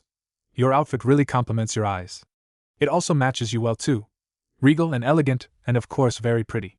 Of course I notice, Naruto said smoothly, the practiced words gliding from his lips. Now was not the time to get a pounding for being perverted. Ino blushed. Who was this guy again? Shikamaru and Choji shot each other a half-amused, half-very bewildered look. This was Naruto. Well, I've got to catch up with Hiruzen, so I'll see you guys later, Naruto said cheerily, waving as he followed Jiraiya's path. Sure thing, Naruto. We've got a mission ourselves, Choji spoke for the team, who were all staring at Naruto's retreating figure, each for a different reason. As Naruto headed to the Hokage Tower, he ran into Shino waiting beneath a tree. Hey, is that you, Shino? Naruto called. He vaguely remembered Shino, and the guy in front of him was just mysterious enough to be Shino. Naruto. It is good to see you after so long. I am pleased that you also remember me, replied Shino's monotone voice. Naruto grinned in relief. He would have hated to have Shino mad at him for being forgetful. Of course. How have you been doing? Same as usual. I am undergoing a mission with my team, so I am waiting. You're on a mission too, huh? Everybody seems to be going on a mission today. Guess I'll just have to jump back in the swing of things soon, eh? Before Shino could reply, something large and heavy landed behind Naruto, causing the blonde to whirl around, coming face to face with a huge white dog. Naruto looked up at the rider. Kiba? Then he looked again at the dog. Akamaru? What the? Naruto, nice to see you, Kiba called as he jumped to the ground. It's been so long. Guess you've got some wicked new skills now, huh? Naruto shrugged noncommittally and grinned, remembering Hiruzen's words. You could say that. But look at you and Akamaru. I remember when it was him riding on your head, Naruto exclaimed, skillfully diverting the conversation. Shino stared at Naruto behind his glasses with intrigue. Naruto had learned much more than he let on in those 3 years. Restraint being one of those. Interesting. As he chatted away with Kiba, Naruto sensed another pair of eyes on him. Looking up the road, he just caught a quick movement around the corner. He could guess who it was. Stalling his conversation with Kiba, Naruto flickered away, leaving behind a confused Shino and Kiba. Hinata peeked around the corner again, incredibly nervous to find out that Naruto had returned. But Naruto wasn't there anymore. Looking for Naruto, Hinata? A voice chimed up beside her. Yes, Hinata replied absently. He was right. Suddenly she whirled around, coming face to face with Naruto. Over there? Naruto asked, grinning. It's nice to see you too, Hinata. Hinata suddenly grew very red and pressed herself against the fence. Naruto-kun, it's nice to see you too, Hinata stammered out. Naruto almost frowned. Hinata was definitely way into him. He didn't know whether to be flattered or worried. Before he could do anything more than speculate, Kiba appeared around the corner. Hinata! There you are! Come on, Kurenai-sensei told us not to be late. Let's go, he said, gently dragging the Hyuga heiress with him. Hinata looked back once at Naruto, who grinned encouragingly. See you later, Kiba, Hinata, Shino, Naruto said cheerily. Hinata waved shyly and Shino inclined his head. Kiba on the other hand turned and shot Naruto a look. Naruto was familiar with the look. It said watch it. Naruto only winked at Kiba, causing the Inuzuka's glare to increase. Naruto laughed as he made his way to the Hokage Tower. Everything was perfect. He was among friends and he was home. Finally. All was right with the world, and good things were going to start happening soon. Naruto just knew it. 6 days ago. Naruto was feeling very chipper. Sure, it seemed like everybody he knew was being sent on some sort of mission. Iruka was delivering school supplies to another village. Sakura, Kakashi, Niji, and Lee were headed off on their own mission. Ino, Choji, Shikamaru, and Asuma were training at some temple or something. Even Hinata, Kiba, and Shino were taking their own mission. He barely had any time to say hi, much less catch up. Heck, even Jiraiya had left yesterday on a secret mission for the council. Still though, Naruto was home and with friends. That was enough to be happy about the day. Naruto grinned to himself for the umpteenth time that morning. There was something about the sunshine today. Naruto arrived at the Hokage's tower and walked in. The day before, He had been surprised to find that a temp had taken Shizen's place. Apparently, Tsunade's first apprentice had been sent on a mission, where her medical expertise was required, since Sakura already was on her own mission. The temp was nice, but he wanted to see Shizen. Oh well. When he entered, he grinned broadly at seeing Tsunade Bachan. She had asked him to come back today to give a more detailed report as well as to personally evaluate him. It seemed like Bachan was going over a report with another ANBU. Tsunade, seeing Naruto, smiled and gestured him to sit down. Just give me a sec, Naruto. Turning back to the ANBU, Tsunade looked back at the report. So what's wrong again? She asked. The ANBU then handed over the report. As their hands touched, Tsunade suddenly froze and stiffened, a look of shock etched on her face. Tsunade-sama. What's wrong? The ANBU asked, alarmed. Naruto suddenly was up and next to Tsunade. What happened? Is she alright? Naruto nearly shouted, also having witnessed Tsunade suddenly freeze. I don't know, the ANBU began, lifting his arm as if to draw Naruto closer. Naruto's warning bells began to clang. He didn't like it when people he didn't know intruded in his personal space. In hindsight, though, it couldn't have been avoided. Seeing the hand, Naruto instinctively flinched away, his arm rising to bat the hand away, but he was unprepared. Cool fingers brushed his forearm, bared by his new t-shirt, and suddenly, the world went dark.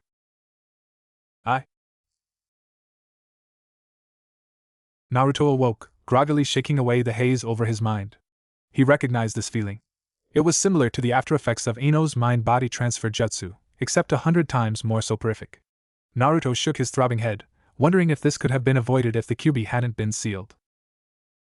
Naruto then realized that he was gripping a kunai. A kunai with blood on it. He looked down in horror to see Tsunade lying in a pool of blood, a savage wound in her side. His kunai was pressed against her throat. Flinching backwards, Naruto threw the weapon away, backing into the wall. Suddenly, the entire place exploded in dust as two ANBU teams burst in. Before Naruto could react, one of them flickered next to him and viciously struck his head. Naruto fell to the ground hard, his vision already dimming, the blackness lit up only by the stars in the back of his brain. Naruto Uzumaki, you are hereby under arrest for the attempted assassination of the Hokage. You are hereby charged with treasonous biha. As Naruto faded from this world, one distinct thought was ringing in his head. This was no longer a good day. 5 days ago. Ag. Stop. Please. Naruto cried out as the interrogator passed another current of lightning through him. I've told you everything. I'm innocent. The interrogator only shook his head. Since it seems like you don't want to tell the truth, it looks like I'll have to go even further. Naruto's labored breathing grew even more erratic as he struggled against the chains holding him in place, trying to place as much distance as possible between the torturer and himself. All he could see was the evil grin of the interrogator, as if he was enjoying this. Then the screaming began in earnest. 2 days ago. Naruto slumped in his seat hopelessly as he heard the verdict. This wasn't even a trial. Just a group of old men gathering to pronounce his guilt. The signs of the past 2 days of torture were visible on Naruto's skin. There's so many bruises, that it was surprising that Naruto was even awake, much less walking. But they had it all wrong. He had been controlled somehow. Even after all of that training with Jiraiya. Naruto remembered how that familiar feeling of grogginess upon waking up. That Inbyu was somehow a Yamanaka. An assassin who had somehow transferred control with a touch. He used that to try to assassinate Bachan. But that didn't make sense. The Yamanaka were loyal to Konoha. Was it another technique? Naruto didn't know what was scarier. A Yamanaka being the assassin, or that another village had infiltrated Konoha's ANBU and developed a mind control technique. Naruto remembered waking up from the assassin's jutsu. It felt like more potent than anything he had ever experienced before. It was like he had just completely blacked out, but only for a couple of seconds. So where had the assassin gone? All the evidence was against him, Naruto knew. Without somebody to help him, he was as good as convicted. He was already convicted, actually. Damn it, Ero-sennin. Why'd you leave so quickly for that mission? Naruto thought bitterly as two ANBU picked him up by the arms and dragged him away, the blonde too depleted to keep his eyes open. You could have helped. Everything just seems to be against me. Like it's one huge coincidence. Naruto's eyes widened as he realized the implications. He was being framed. This was a set-up job. Everything was so damned convenient. All of his friends and character witnesses were somehow absent. Every single one of them. There were also no witnesses to the attempted assassination, and Bachan was unable to testify. She was comatose. Poison on the kunai probably. But who could be powerful enough to infiltrate Konoha's ANBU? Naruto's soul chilled at the implications of his theory. If this were indeed a set-up job, his suspicions growing stronger by the second, then somebody powerful enough to order Jiraiya around was behind this. Somebody in Konoha. Somebody who wanted to become Kage. Naruto thought about struggling again, but realized that it would be futile. He was so weak, he wouldn't be able to do anything. He couldn't summon chakra, and natural chakra in this state was for last resorts. With his chakra sealed, he could easily be overwhelmed and petrified. In his pain, Naruto groaned at the thought of enduring another day until his execution for a chance to escape. He had to do this. It was his only chance for freedom, for an opportunity to prove his innocence. He had to escape and he needed energy to do it. Yesterday, Naruto saw the fireball coming for him. Felt its heat. I'm going to die. He forced the panic in his throat down. He couldn't mess up here. I can't. 7 seconds. With great focus, Naruto drew natural chakra toward the chakra suppression seal on his wrists. The heat was blistering. 5 seconds. 4 seconds. Suddenly, Naruto felt the rush of external natural energy rushing in, easily ripping the seals, suppressing his internal chakra. As the natural chakra rushed in, Naruto felt his hands becoming webbed. No! Not like this. 2 seconds. Naruto shoved the fear aside and desperately tried to balance out the natural chakra with his natural stores. 1 second. Please! Boom! Protected by the natural chakra, Naruto felt his bonds and even his clothes start to burn as well. No time for relief. Using his strength to break free, Naruto jumped high into the sky and saw chaos gripping Konoha. Naruto was tired. He had been fighting for a full day, only the diminishing stores of natural chakra in his body keeping him going. Between the torture and the demanding battles, Naruto was ready to give up. Naruto felt something creeping into his bones. Something he hadn't felt in a long time. Fear. Naruto was afraid. In the dark, Naruto could feel the presence of dozens of shinobi hunting for him. By sheer will, Naruto kept running, trying to stop the shaking in his hands. Hoping to reach Waterfall Country before he was caught. He kept his eyes and ears open for ambushes, his senses stretched taut. This was hell. How had things gone to hell so quickly? Damn it. He had made it. He was safe. Naruto was so tired, he just wanted to collapse. But then, his training kicked in. He couldn't compromise the safe house. Slowly following protocol, Naruto guarded his steps, making sure he didn't leave a trail.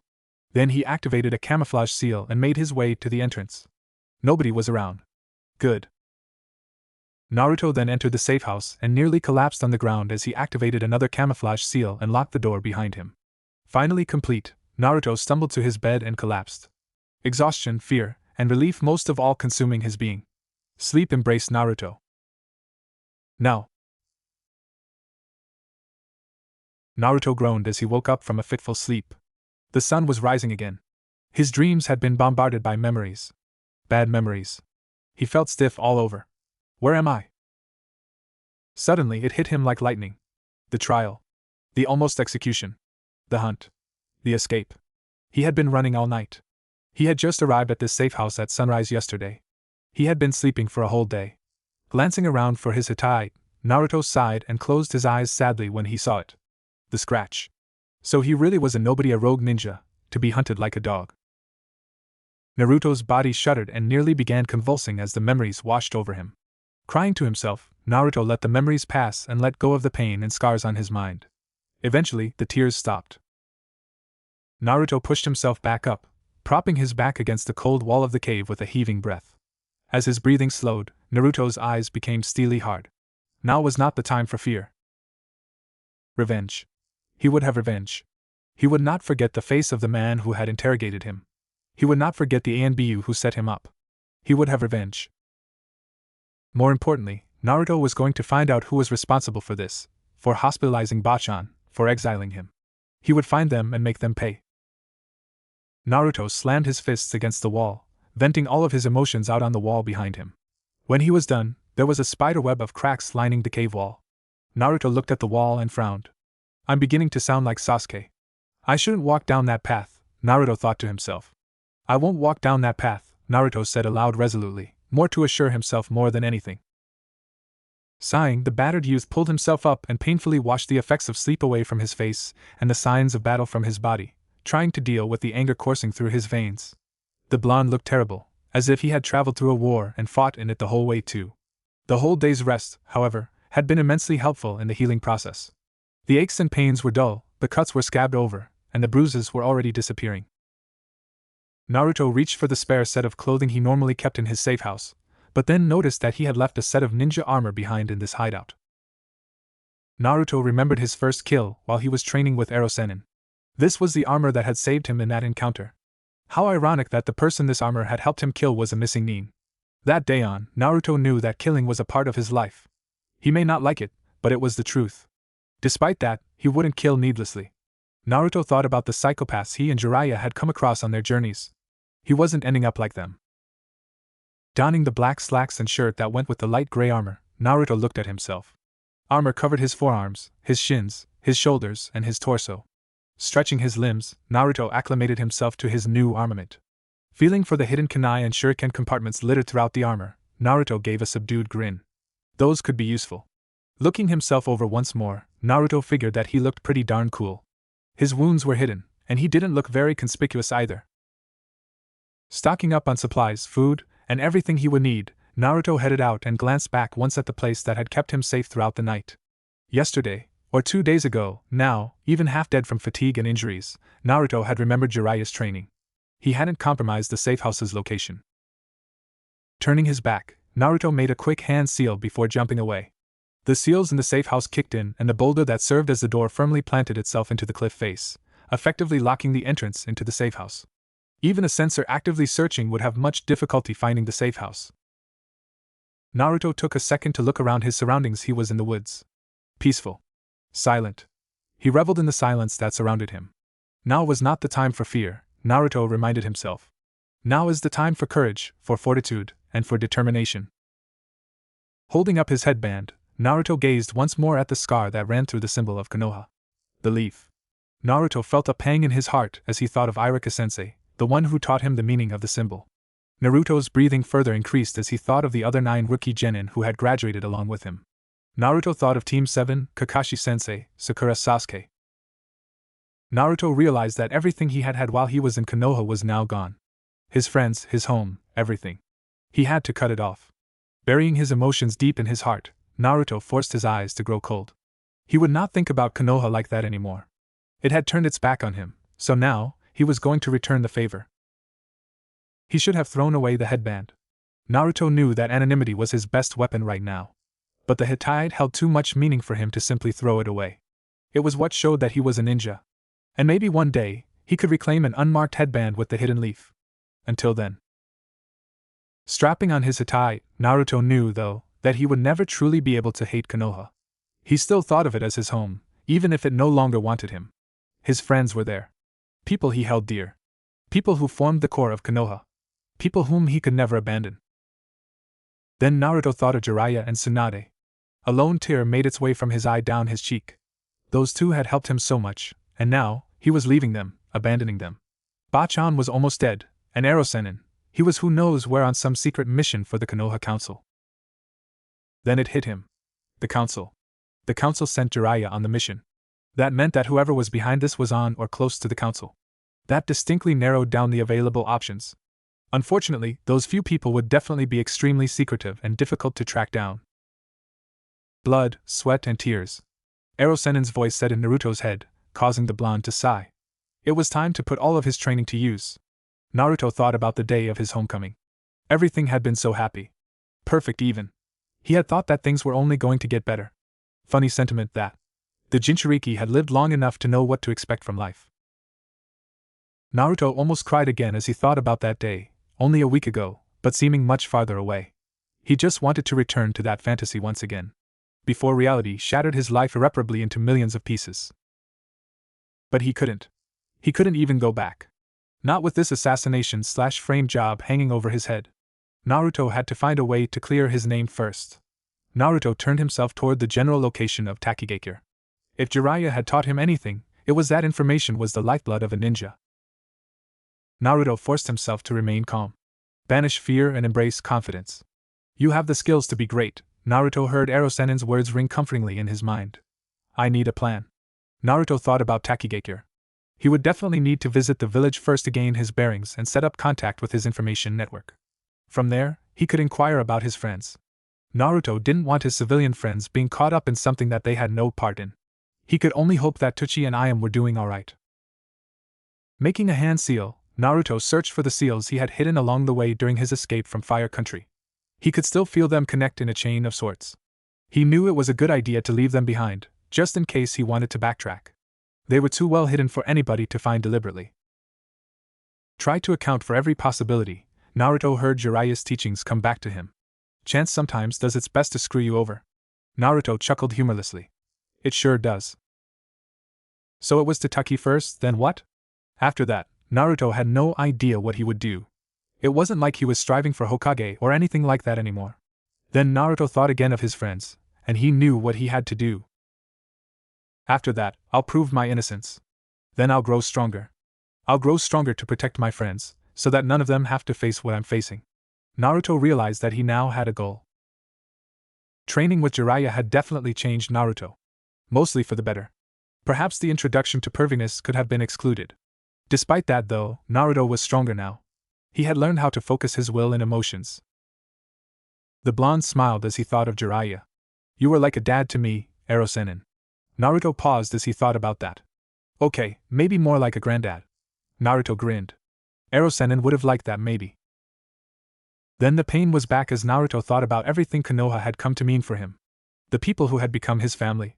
Naruto steeled himself against the emotions threatening to burst forth from behind his fragile mask of calm. Only time would dull that pain. I am a ninja.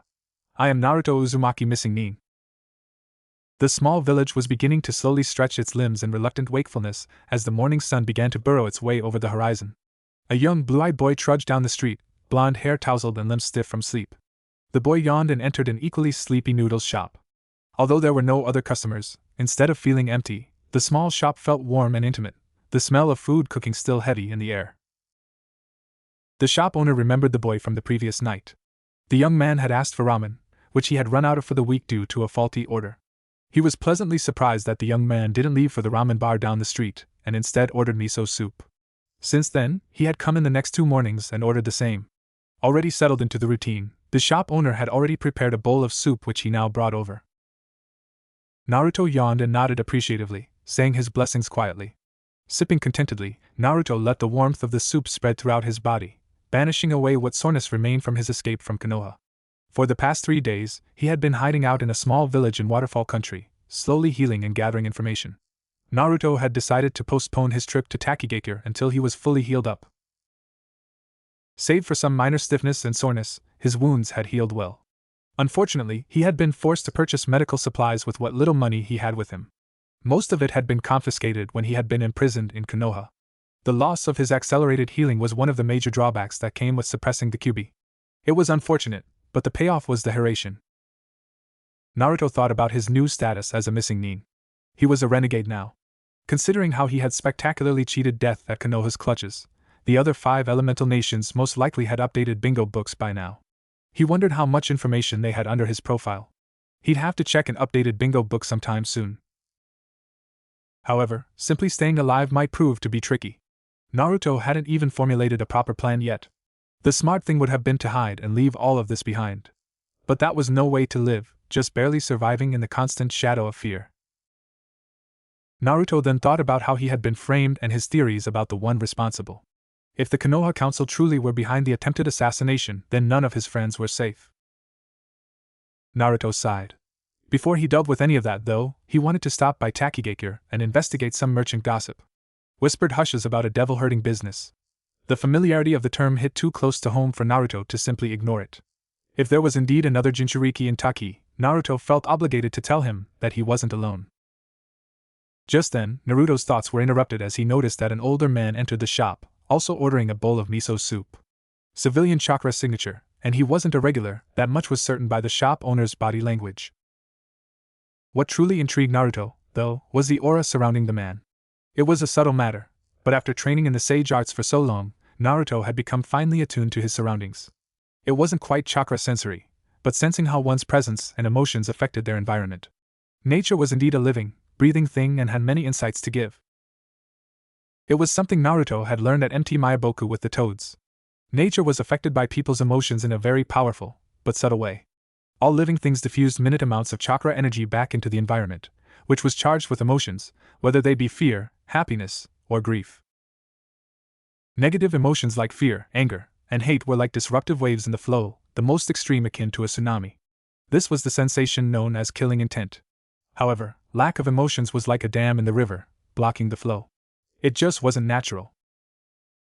The man who had just entered had created a dead zone around him, as if nature shied away from the anomaly. Moreover, although he looked like a normal civilian, he didn't feel like a civilian. He simply had no emotions. That meant ninja, probably one with extensive training in emotion suppression as well as chakra suppression seals. ANBU most likely. But not like any ANBU Naruto had ever encountered. Even the ones he had encountered during his escape bled off some hint of emotion. This guy had nothing. He was a complete dead zone. This was a different breed altogether. Instead of ignoring the stranger's presence, or forcing an act of normality as an amateur would have done, Naruto gave a brief nod and continued to sip at his soup, reveling in the coming sunrise and the bustle that would follow. Naruto adopted the mentality of a young boy simply enjoying the daily pleasure of miso soup, silently wondering at the man's dead emotional presence. In fact, if this was ANBU, then his team wouldn't be far behind. In fact, there could be multiple teams. They had found him at last. It was time to leave. Naruto wondered if there would be any sensors in the area. Sensors were gifted with the ability to detect chakra signatures as well as the emotional signature of the chakra, though the latter to a lesser extent. Non-sensor ninjas had trouble sensing all but the strongest of these emotions and chakra emissions. Jiraiya had explained that this was what was called killing intent. Because of the rarity of sensor ninja, most ninja were only trained peripherally in stealth and detection. For ninjas like Naruto and Jiraiya, trained in the sage arts and attuned to the movement of nature around them, it was easy to throw off even a sensor. Jiraiya's method involved training Naruto to morph his emotions into that of a gambler, a child, a beggar, and anything else except a shinobi warrior. To those unattuned with nature, Naruto would feel like a normal civilian, a simple chakra suppression seal to deal with sensors. People tend to blindly rely on that which they don't understand, the Toad Sage had taught Naruto. So seek to understand first and foremost. After a year of training in the art of stealth with the master spy, these skills had become like second nature to the young blonde. Instead of hiding from the senses, Jiraiya's brand of stealth involved hiding out in the open, confusing the senses. As he started to slurp at the last of his soup, Naruto focused his mind back to the matter at hand. It was time to leave. Not giving away a thing, Naruto leisurely scooped up the last of his soup, sighing contentedly as the last drop was slurped up. Rising slowly, he made his way to the shop owner and paid for his meal, including a generous tip as well. "Thanks for the meal, old man," Naruto said with a certain amount of affection. "Thank you for the business, lad," the shopkeeper replied. "I'm guessing by your tip that you're not coming back tomorrow?" Naruto smiled ruefully. "Yeah, I'm leaving the village tomorrow." The shopkeeper nodded. "May your journey be smooth, lad." Naruto grinned, dropped a few more ryo into the tips jar and left the shop, hand leaning against the doorpost for support, as he burped politely into his arm. As he made his way back to the inn, he had the distinct sense that the air around him was dead. It was just like the aura around the ANBU. An ambush was in the makings. Naruto heard Jiraiya's advice in his head saying, "Trust your instincts and always be prepared. You've been trained by the best." Thinking quickly, Naruto formulated a plan. Most likely, in order to avoid open confrontation, an ambush would be waiting for him back at the inn, where the rest of the team would be on standby. Good thing that Naruto had left the inn with all of his essential possessions on him, including his armor and weapons which were sealed and on his person. If the ANBU were smart, there would be a sensor with them. He could probably expect at least 2 squads, for at a maximum. Evasion would be simple. Naruto pulled out the special seal he had created yesterday. Sealed within was a shadow clone with a delay timer. 3 seconds. Priming a chakra suppression seal in his other hand, Naruto poured a tiny bit of chakra into the clone seal. 1, 2, 3. Moving like chain lightning, Naruto slapped the suppression seal on himself and slipped into an alleyway just as the clone flickered into existence, walking along as if nothing had happened. For a sensor, there would have only been a nanosecond where any discernible stutter had occurred. But people believe what they want to believe. Another one of Jiraiya's mantras, it was a pitfall Naruto skillfully utilized and carefully avoided. Naruto waited a bit in complete silence and stillness until the man who had been in the noodle shop passed by his alley. Waiting a little bit more until he was sure that the disguised ANBU would round the corner, Naruto held back the urge to relax. Danger was ever present, and he couldn't afford to let down his guard. Naruto wouldn't register on any sensor's radar now. He was almost positive that none of them had received the training in stealth and detection that Jiraiya had given him. Besides, the ANBU teams, trained to trust their sensor, would more likely overlook the small details. Waiting for a while, Naruto slipped out the darkened alleyway as he felt the subtle deadness in the air follow the clone. Making his way back towards the shop, Naruto proceeded carefully, still in his civilian guise. As soon as he rounded a corner though, Naruto felt something strange in the air. More accurately, he felt nothing in the air. Immediately he was on guard, priming several binding seals on his fingertips, keeping his exterior cool and collected. Visually, the streets hadn't changed, but where before they had felt lively as people went about their way, Naruto could no longer feel the emotions of the people around him. No joy. No grief. No contentment. No boredom. Just emptiness. There was a second team. They must have split up. One to track the clone, one to track me. They hadn't been fooled. Naruto's eyes lazily moved around, hiding supercharged senses that were alertly observing every detail. A teenager was walking toward him, black hair, pale skin, civilian clothes. Naruto nodded and smiled in greeting, which the other boy reciprocated with a pleasant smile. Naruto knew though by the lack of anything behind the smile. Umbu. Naruto internally readied himself, focusing entirely on the upcoming battle. He would have to be lightning fast in order to remove the suppression seal and defend himself at the same time. As they drew abreast, both suddenly sprung into each action, a hidden kunai dripping with tranquilizer appearing in the pale boy's right hand. Capture was the name of the game, dead or alive. Ripping the suppression seal off his right wrist, Naruto shot forward. Both moved with equal speed, the blade arcing for Naruto's stomach and Naruto's right hand reaching for the teen's neck. The kunai had longer reach, and both knew it. Then Naruto smirked. I'm faster though. His left hand suddenly streaked across empty space, gripped the ANBU's wrist, and pulled him forward off balance. Instantly, Naruto's right hand wrapped around the boy's neck, activating a binding seal through both his hands. Naruto then let go and spun around, using his momentum to shoot his foot into the teen's chest, sending the young ANBU flying through several walls, immobilized before even thinking about counterattacking. Then one of the civilians with the dead aura flickered behind Naruto, attacking with a savage chop to Naruto's neck. But the blonde burst into a cloud of smoke, replaced with a fence board. Before the ANBU could react, Naruto appeared behind the disguised civilian, stabbing the tranquilizer kunai he had taken into the ANBU's side and striking the man's vulnerable neck.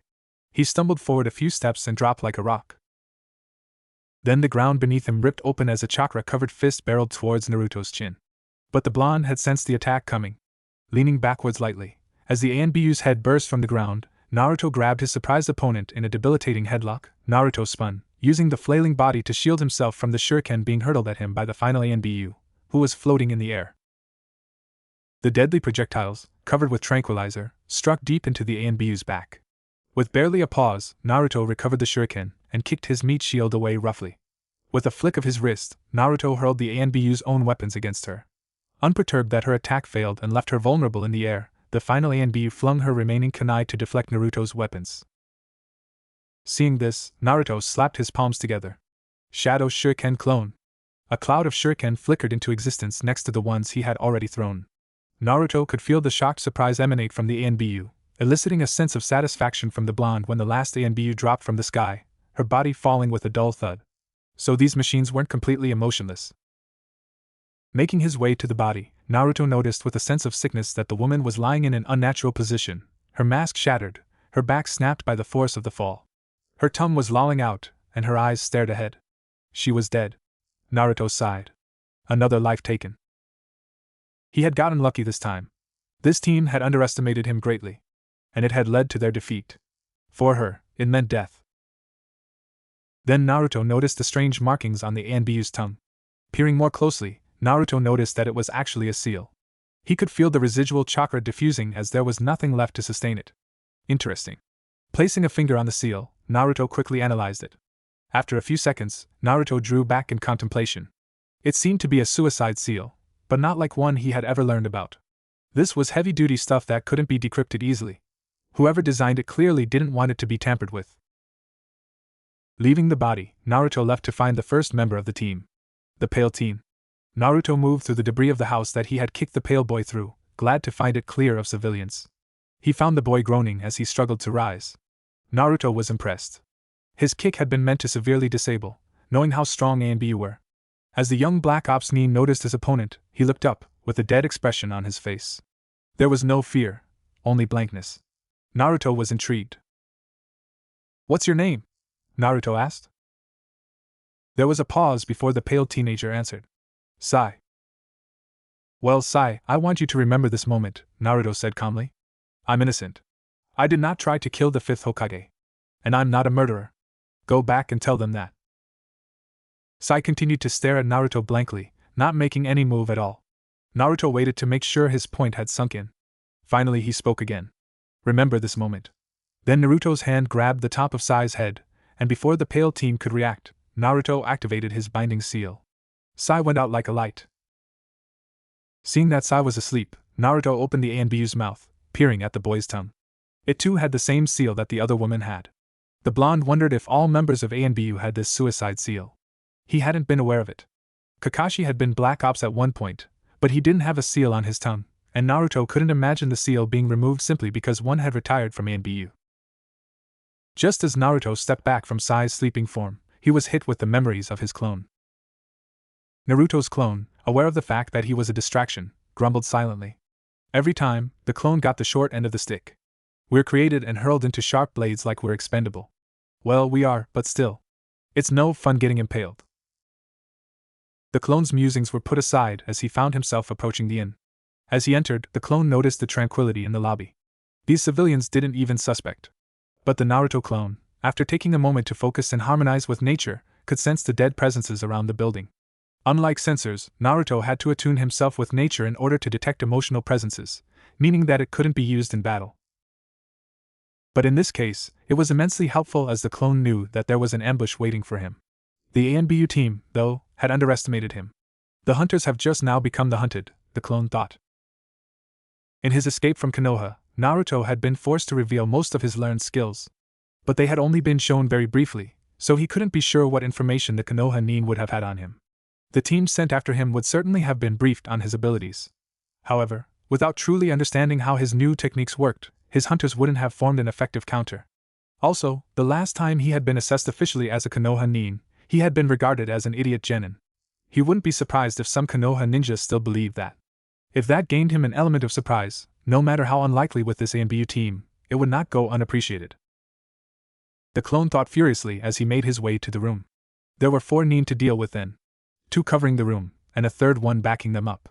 The last one would be the censor, communicating with the others to let them know where he was heading and covering other exits in case the net wasn't tight enough. They probably hadn't considered him discovering the ambush, though. They wouldn't have known about Jiraiya's espionage training. Finally, the clone found himself in front of his door. He pushed it open and walked in.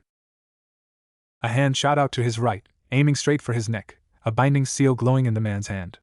The clone's reflexes were faster. Turning, the clone grabbed the arm and pulled the ANBU forward, twisting as he did so and slamming the seal into the second ANBU in the room, standing to his left. 1 down. Jerking the ANBU he was holding off guard, the clone copied the seal and placed it on the ANBU's neck. 2 down in just as many seconds. If they were surprised, the other 2 ANBU in the room didn't show it as they exploded onto the scene in a shower of leaves and smoke, weapons already drawn. The clone was ready though, and in the same instant the ANBU arrived, the clone flashed to the seal he had placed by the window, appearing behind the unaware ANBU. Despite the slight disorientation, the clone didn't hesitate to slam the 2 kunai in his hands into the backs of the ANBU. He could feel the soft flesh give way beneath the sharp, lethal blades. Shrugging off the disorientation, the Naruto clone saw that he had stabbed one in the back of the head and the other in the back. Another life. Bending down, Naruto checked the 2. The one with the kunai in the back was breathing laboredly, but down for the count. As the clone went to retrieve the kunai stuck in the head of the other ANBU, he burst into smoke, replaced by a slightly bloody log. Substitution. He had let down his guard. Turning around, the clone threw his arm forward just as the ANBU's tango stabbed through it. Before it could dispel, the clone's remaining arm shot forward, hammering into its enemy's head with bone-shattering force. As the clone dispelled, he saw the remaining ANBU staggering about wildly, probably suffering from a concussion. It smirked in satisfaction. Nodding, Naruto flashed to the seal in his room. Upon pulling himself back into real time, Naruto reoriented himself, coming face to face with the ANBU who had dispelled his clone. Reacting quickly, Naruto dodged the man's sloppy punch and kneed him in the stomach, driving the wind from his enemy. As the man hunched over Naruto's knee, the blonde slammed his elbow into the back of the man's head, putting him down for the count. Looking around the room, Naruto was impressed with his clone's handiwork. Neat and efficient. Lifting each of the bodies, Naruto threw them out of the room onto a nearby roof. That way, the attendant wouldn't be alarmed upon entering the room. Grabbing his meager supplies, Naruto made his way back to lobby, smiling pleasantly at the attendant, who hadn't realized that a battle had just occurred above. "How was your stay, sir?" the attendant asked with a smile. "It was nice, thanks," Naruto replied cheerfully. "I actually had a few friends drop in on me." "Oh?" "Yeah," Naruto chuckled. "You could say I got the drop on them, though." The attendant looked at the young blonde quizzically. "Don't worry about it," Naruto said casually. "Here's your tip. Have a great day." The attendant stared at the hefty tip before looking at the back of the blonde figure. He was a strange one, that was for sure. Naruto awoke slowly in a comfortable bed in an inn. He looked up at the ceiling and chuckled, thinking about the previous night. He had slept amid the sounds of a copulating couple down the hall. It was a good reminder for Naruto that despite all the crap that had just been piled onto him, life still moved on. Life still provided happiness, be that physical, emotional, or spiritual in nature, just not for him in particular. Naruto sighed. No happiness for me. He didn't want to get up. He wanted to bask in self-pity. He wanted to feel sorry for himself. He just wanted to let it all end. He wanted to give in to the overwhelming pressure that he felt on his shoulders. The blonde was immediately transported back to the early days of training with Jiraiya. The old sage had made clear his expectations of Naruto. He was still a boy, yes, but above all else, he was an Uzumaki and a Namikaze. Neither bloodline knew the meaning of giving up. They turned victory into defeat. "I have to live up to my parents' legacy," Naruto thought determinedly, before shrugging off his despondency, no matter how impossible it seems some days. "Hiruzen believes in me. I have to pull myself together," Naruto berated himself, thinking of the work he still had to accomplish. He couldn't stop now.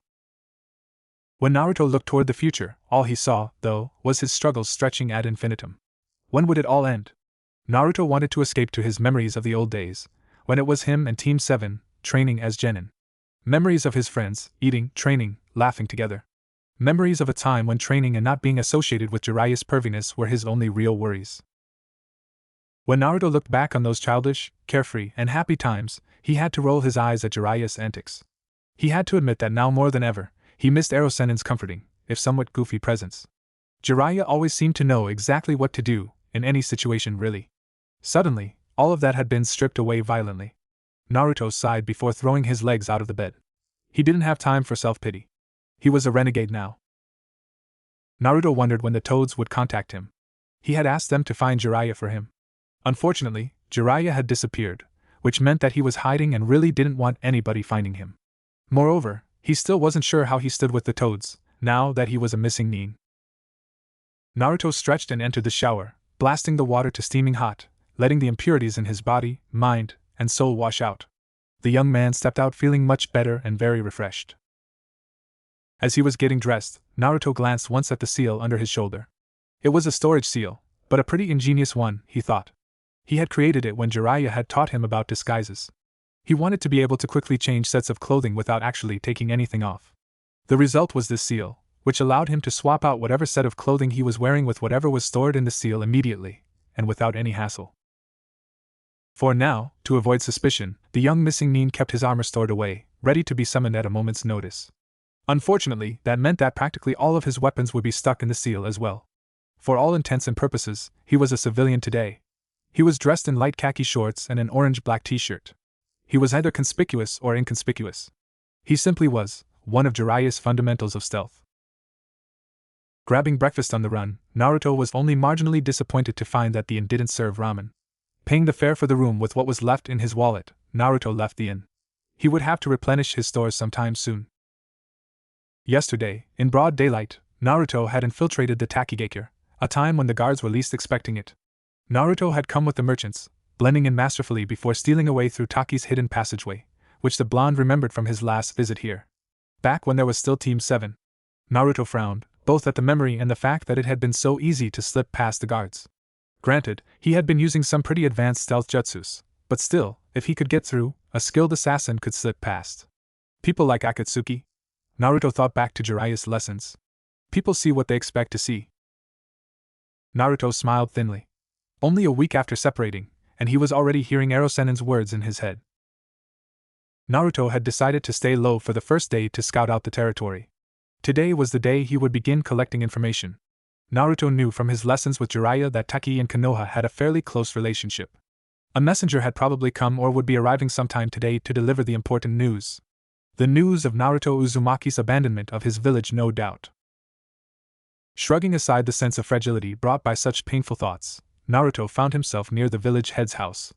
He thought it was strange that the domicile would be constructed near the market area of the village. It would be a nightmare for security. Naruto assumed that because Taki wasn't a militaristic ninja village, they viewed security more laxly.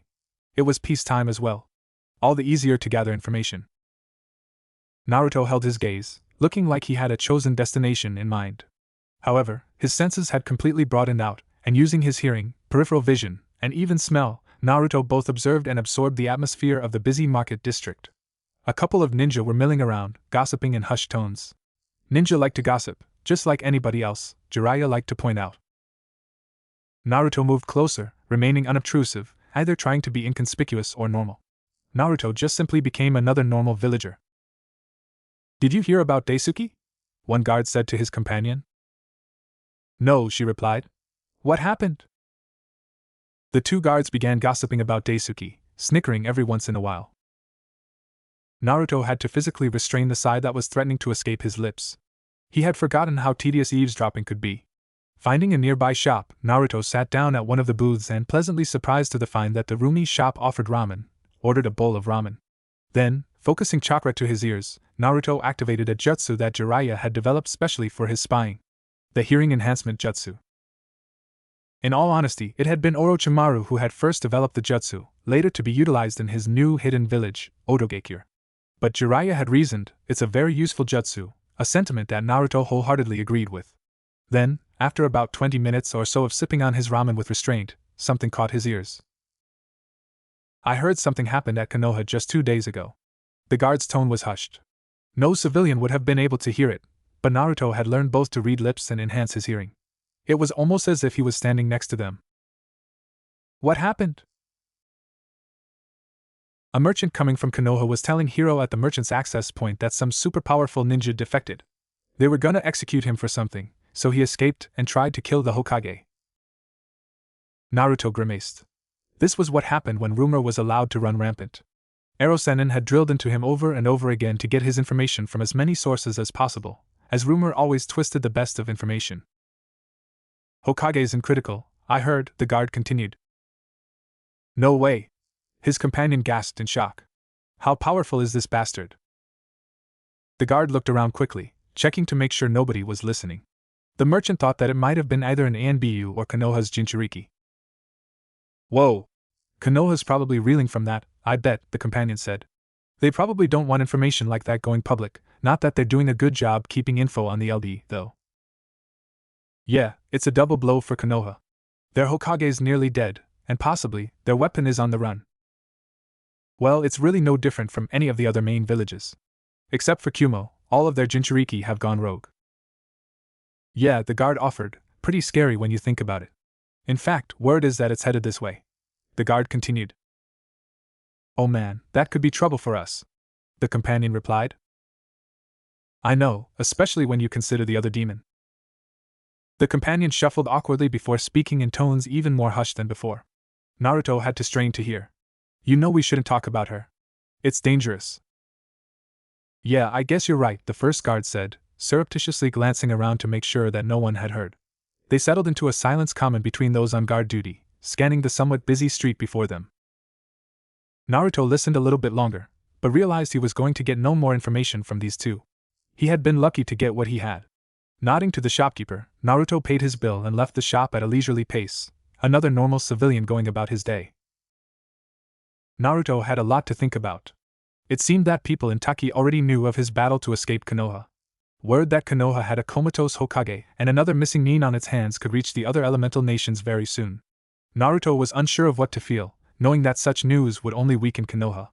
But the blonde missing nin knew exactly how he felt about the ninja villages learning about him going rogue. Naruto realized with a resigned sigh that he would have to guard his identity very closely if he wanted to escape public notice for as long as possible. Even in small towns like this, word traveled fast. However, something defiant rose quickly and passionately in Naruto's mind, causing the blonde to remember back to when he had first found out who his father was and exactly what he had inherited from his father. He was the son of the fourth Hokage. He was the heir of the Hiruzen, the Rasengan, and the nine-tailed fox. He was an Uzumaki and a seal master. Unofficially, he was also a toad sage. He didn't need to hide. You know what? I'm not going to hide who I am. Let them find me. I'll show them who they're messing with. Naruto realized how arrogant and dangerous it would be going without a disguise, but heck, look at Itachi Uchiha. He was powerful enough that he didn't need a disguise. Naruto told himself that only guilty men hid their identities. He had to be proud of his heritage. He wasn't a coward. But I can't be stupid either, Naruto thought to himself. I need to be careful with my identity, Naruto finally told himself, but I can't live in fear. That's the important thing. Satisfied with his decision, the blonde then thought about the other more interesting bit of information he received from his eavesdropping. Demon that sounded too close to what he had suffered at one point. Jiraiya had told him that Taki had a Jinchuriki. This demon could be him. Naruto had to find out more to be sure though, because unfortunately, ninja villages guarded the secrets surrounding their Jinchurikis zealously. Look at Konoha. Nobody outside of the village until the sand invasion knew about him. Even then, only Gaara, another Jinchuriki himself, knew of the Kyuubi's Jinchuriki. There was Akatsuki, of course, but they weren't information brokers. After hitting several more spots, he heard more gossip, but nothing pertaining to Konoha, himself, or this demon character.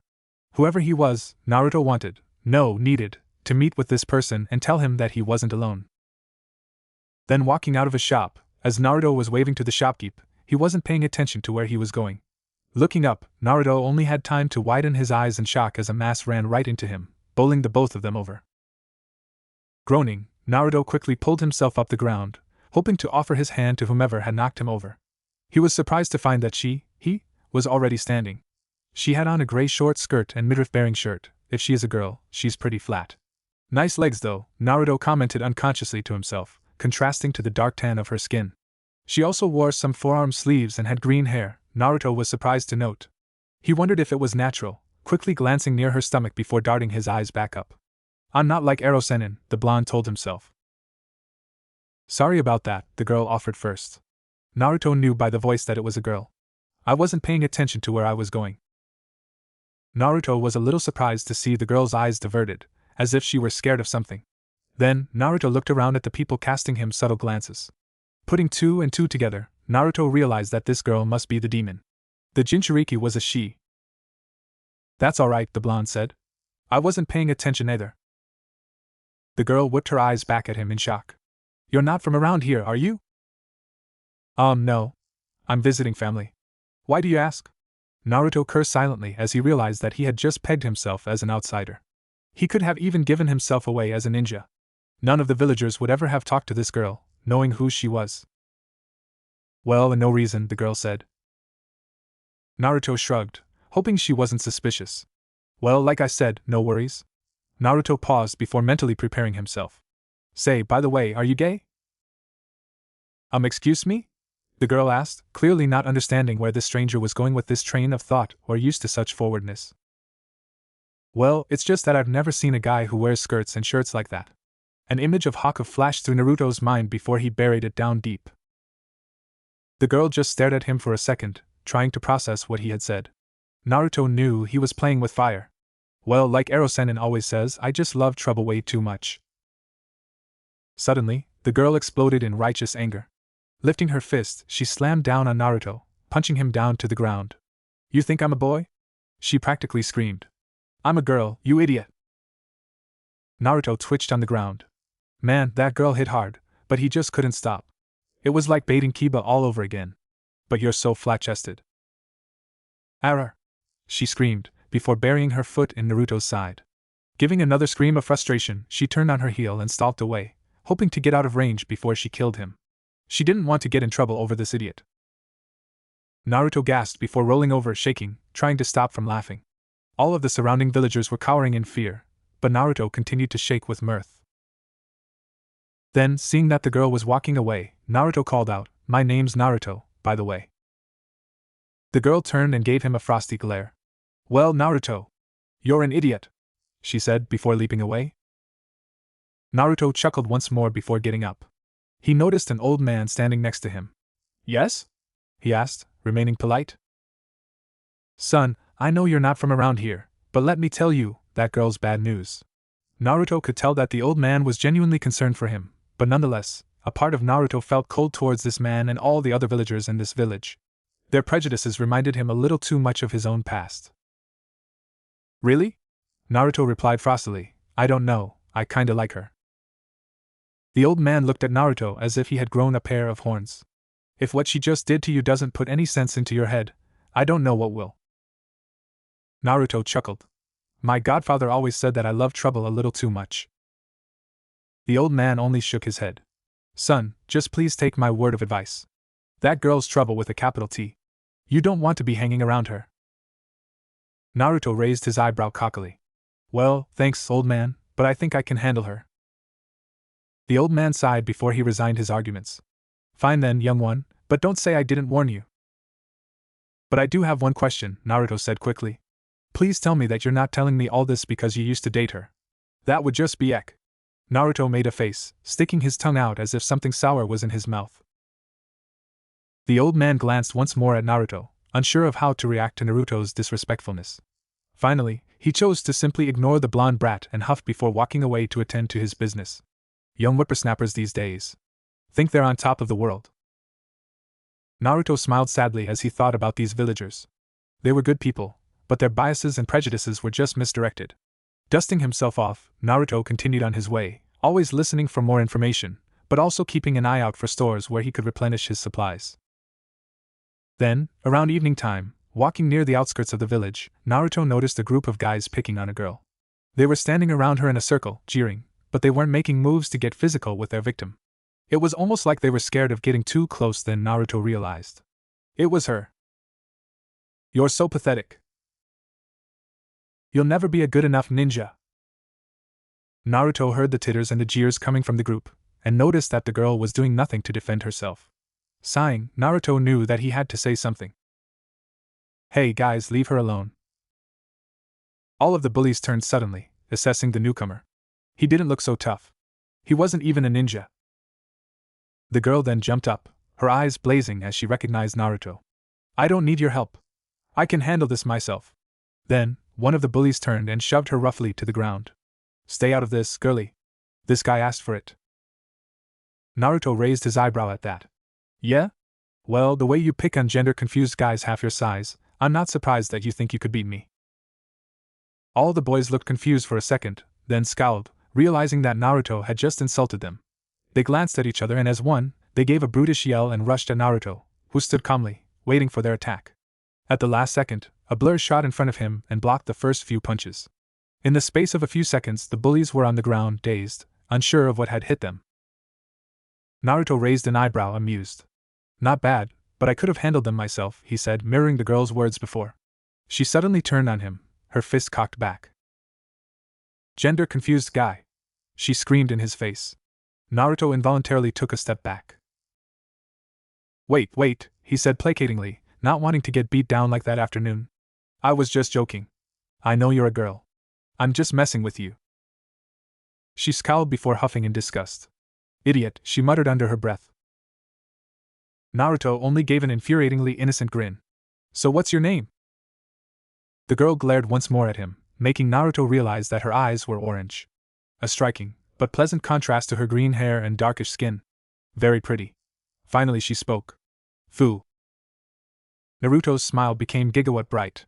"Nice to meet you, Fu. Name's Naruto, I remember," she grumbled as she pulled her hand away from Naruto's, who continued to grin. "What?" Fu asked exasperatedly. "You remembered my name," Naruto said cheerfully. Fu gave him an "Are you mental? Look." She just shook her head and backed away slowly, like a nephew from that kooky, cheek-pinching aunt. "Well, I'll see you around, K Naruto?" "Yup, see you around, Fu," Naruto said, watching as Fu Power walked away, causing him to smile. Finally alone, for the briefest of seconds, Naruto let the mask slide down around his emotions. He slumped onto the ground, contemplating what he had found out today. News was running rampant very quickly. He was probably in Konoha's bingo book by now. Speaking of which, he needed to get his hands on an updated copy. For various reasons. He was going to be hunted. That was going to make movement much harder. On top of that, he had found another Jinchuriki. This could get interesting. Nice legs. She's kinda cute. Naruto mused quietly. Or she would have been, if she wasn't so flat-chested. Naruto felt a shudder go down his spine as he realized what Fu would do to him if she heard him. Naruto could swear that Jiraiya was laughing at him, somewhere in the world. I hate you, Hiruzen. Naruto looked around his wave country safe house. It was untouched, exactly as he remembered it when he and Hiruzen had left it. The young Nukenin took half of the money in the safe house and with one last look around, resealed the safe house. When he got outside, Naruto looked up at the sky, noting the clouds that were rolling in, blocking out the sun. It had taken him most of the day to make it to Wave from Taki, and he was feeling somewhat winded. He really didn't want to get caught in this rain, so he would have to hurry. Naruto silently made his way to the gravesite of Zabuza and Haku. Along the way, he passed by the Great Naruto Bridge. Naruto grinned as he remembered Jiraiya's reaction. You had a bridge named after you? The old pervert had asked incredulously. Naruto had taken the time to maintain a smug air around him for the duration of their stay in Wave. Finally, Naruto was broken out of his memories as he arrived at the gravesite. The sun was just beginning to set, and the light glinted dully off of Zabuza's great sword. Naruto was interested to see that the weather had eroded some of Zabuza's sword away. The handle was fine, but the blade was chipped, worn, and dull. At least no grave robbers had come to take the sword away. Naruto thought about the first battles he had fought against the pair. They had been enemies, but they had taught him so much about what was truly important. I'm a missing nin now, guys. Just like you two.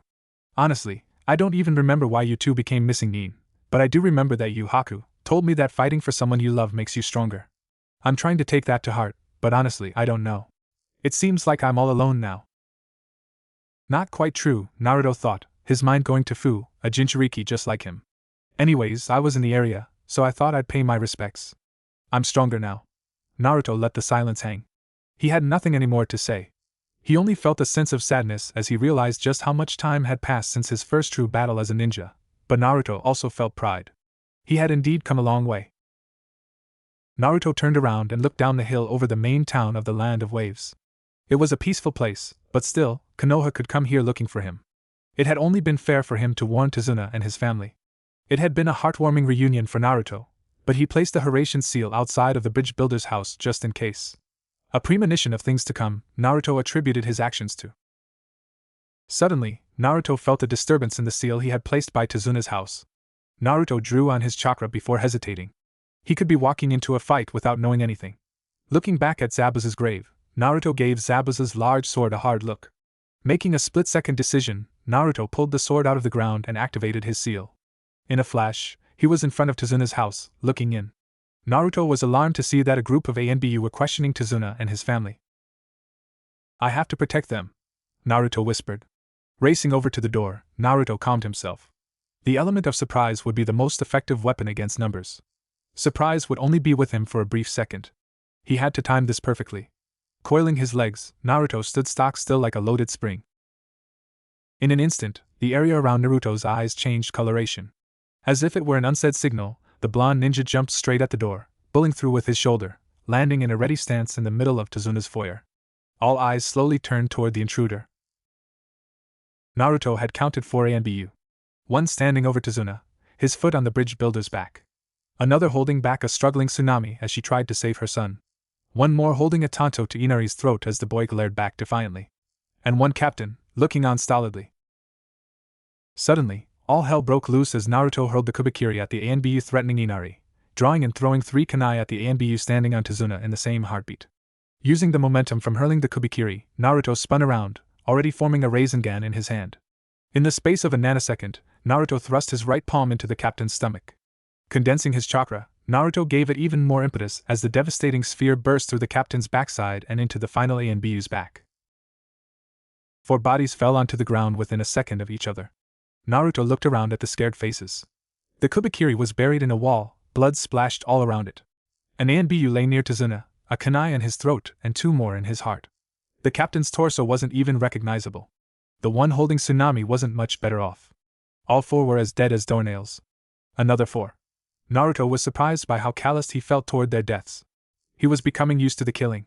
Naruto glanced again at the Kubikiri and was shocked to notice it repairing itself with the blood of the fallen Anbu. Naruto quickly walked over and pulled it out of the wall. Perhaps it was more special than he thought. Naruto then turned back to Tazuna's family, who were still trying to deal with the adrenaline rushing through their systems and the horrific scene around them. "Are you guys alright?" Naruto asked, checking over all 3 for any injuries. "Did they hurt you?" "You killed them," Inari said, staring wide-eyed at the blood on the walls and floor. Naruto's mind went back to his first kill, unconsciously touching the deep scratch in the right arm guard of his armor. "It was either you or him," Jiraiya had told him. Naruto echoed those same words to Inari. "It was either you or them. And I like you guys a lot better," Naruto said with a half-smile. Inari looked once more at the corpses, then down at the ground. He looked deep in thought for a while until his mother made her way over to her son to comfort him. "You're right, it's just..." "I know," Naruto said, trying to impart some comfort to the small family. "I know." Then Naruto looked at Tsunami. "Are guys hurt anywhere?" "Only a couple of bruises," Tsunami said, rubbing her arm. "Same here," Inari and Tazuna said. "We just got lucky that you showed up right on time," Inari said with relief, looking at Naruto with unabashed gratefulness and hero worship. Naruto grinned in response. "Hey, a hero always makes his entrance right on time." Naruto then laid the Kubikiri down and dragged the bodies of the 4 Anbu into one pile. Taking out a scroll, Naruto quickly sealed the bodies away.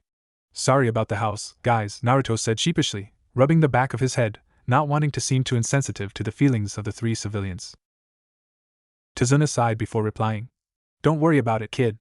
We've got our lives to thank you for," Tazuna replied. "I can tell you that I was scared as hell." Naruto sighed sadly in reply. "I'm really sorry. I didn't think that an Anbu squad would make it to Wave so soon. I thought that I'd be able to make my presence known elsewhere to draw the attention away from Wave, but it looks like these guys know me too well." Tsunami shuddered and she drew Inari close to her, shutting her eyes to the horror around her. "Don't be sorry, Naruto. We would be dead if it weren't for you." Naruto smiled as Inari grumbled at his mother's display of affection. Even now, this family was trying to be strong. "A good heart has the greatest strength of all," he heard Jiraiya's voice in his head. Naruto could only agree. That was why he couldn't let these 3 ever get hurt because of him. Looking around the room, Naruto suddenly realized just how bad it looked. The furniture was still intact with the exception of the huge cut in the side wall, courtesy of the Kubikiri. The rest of the room was splashed with a gory display of blood. Reaching into his supplies pouch, Naruto retrieved several seals. He handed them to Tazuna, who gave him a quizzical look. "Here's some seals to get rid of the blood. Just put it in some water and scrub away." The bridge builder glanced around distastefully at the blood in his house and shuddered. He was going to have nightmares about this for days, if not weeks. "I think after we get this cleaned up, it might be time for a short vacation away from here. Somewhere quiet. A place to lay low until the coast is clear, as Tsunami?" Tsunami could only nod in agreement. Naruto could still see the fear in Tsunami's eyes, but it was being forced down for the sake of her family. Naruto's respect for his 3 friends increased exponentially. "I'll start packing. Inari, you help grandfather with the cleanup." With one last comforting hug for her son, Tsunami strode down the hall in a hurry, mentally ticking off things that she would need to pack. "I'm really sorry about that, Tazuna. I didn't want you guys to have to go into hiding," Naruto said morosely. He didn't even want to imagine Tazuna's family getting hurt because of him. His guilt was going crazy already. Tazuna saw the guilt that ate away at Naruto from the inside and realized that he had to say something, lest Naruto's guilt overwhelm him. The bridge builder gave a short chuckle before placing a hand on Naruto's shoulder. "Don't worry, kid. We've been long overdue for a vacation anyways." Naruto looked up into Tazuna's eyes, a bond forming between the 2 men. Tazuna was acutely aware of just how much growing up Naruto had done in the past 3 years. In the end, come what may, the brat would probably be alright. Naruto returned Tazuna's smile with his own sad one. "But still, I just don't want you guys to get hurt because of me. Don't worry so much about us, and San. You should worry about yourself sometimes," Inari stated, placing a hand on Naruto's elbow. "Are you sure that you're going to be alright, Naruto?" Naruto was moved that Inari thought about his welfare even during what could have been labeled a crisis for the young boy. "Don't worry about me, Inari. I always bounce back. I just need to take care of this first," Naruto said, waving the small storage seal he held in his hand, and in the meantime, here's some help with the cleaning. Naruto made a hand seal and created 10 shadow clones. Alright boys, grab a rag and start scrubbing, Naruto ordered as he moved through the door. I'll be back.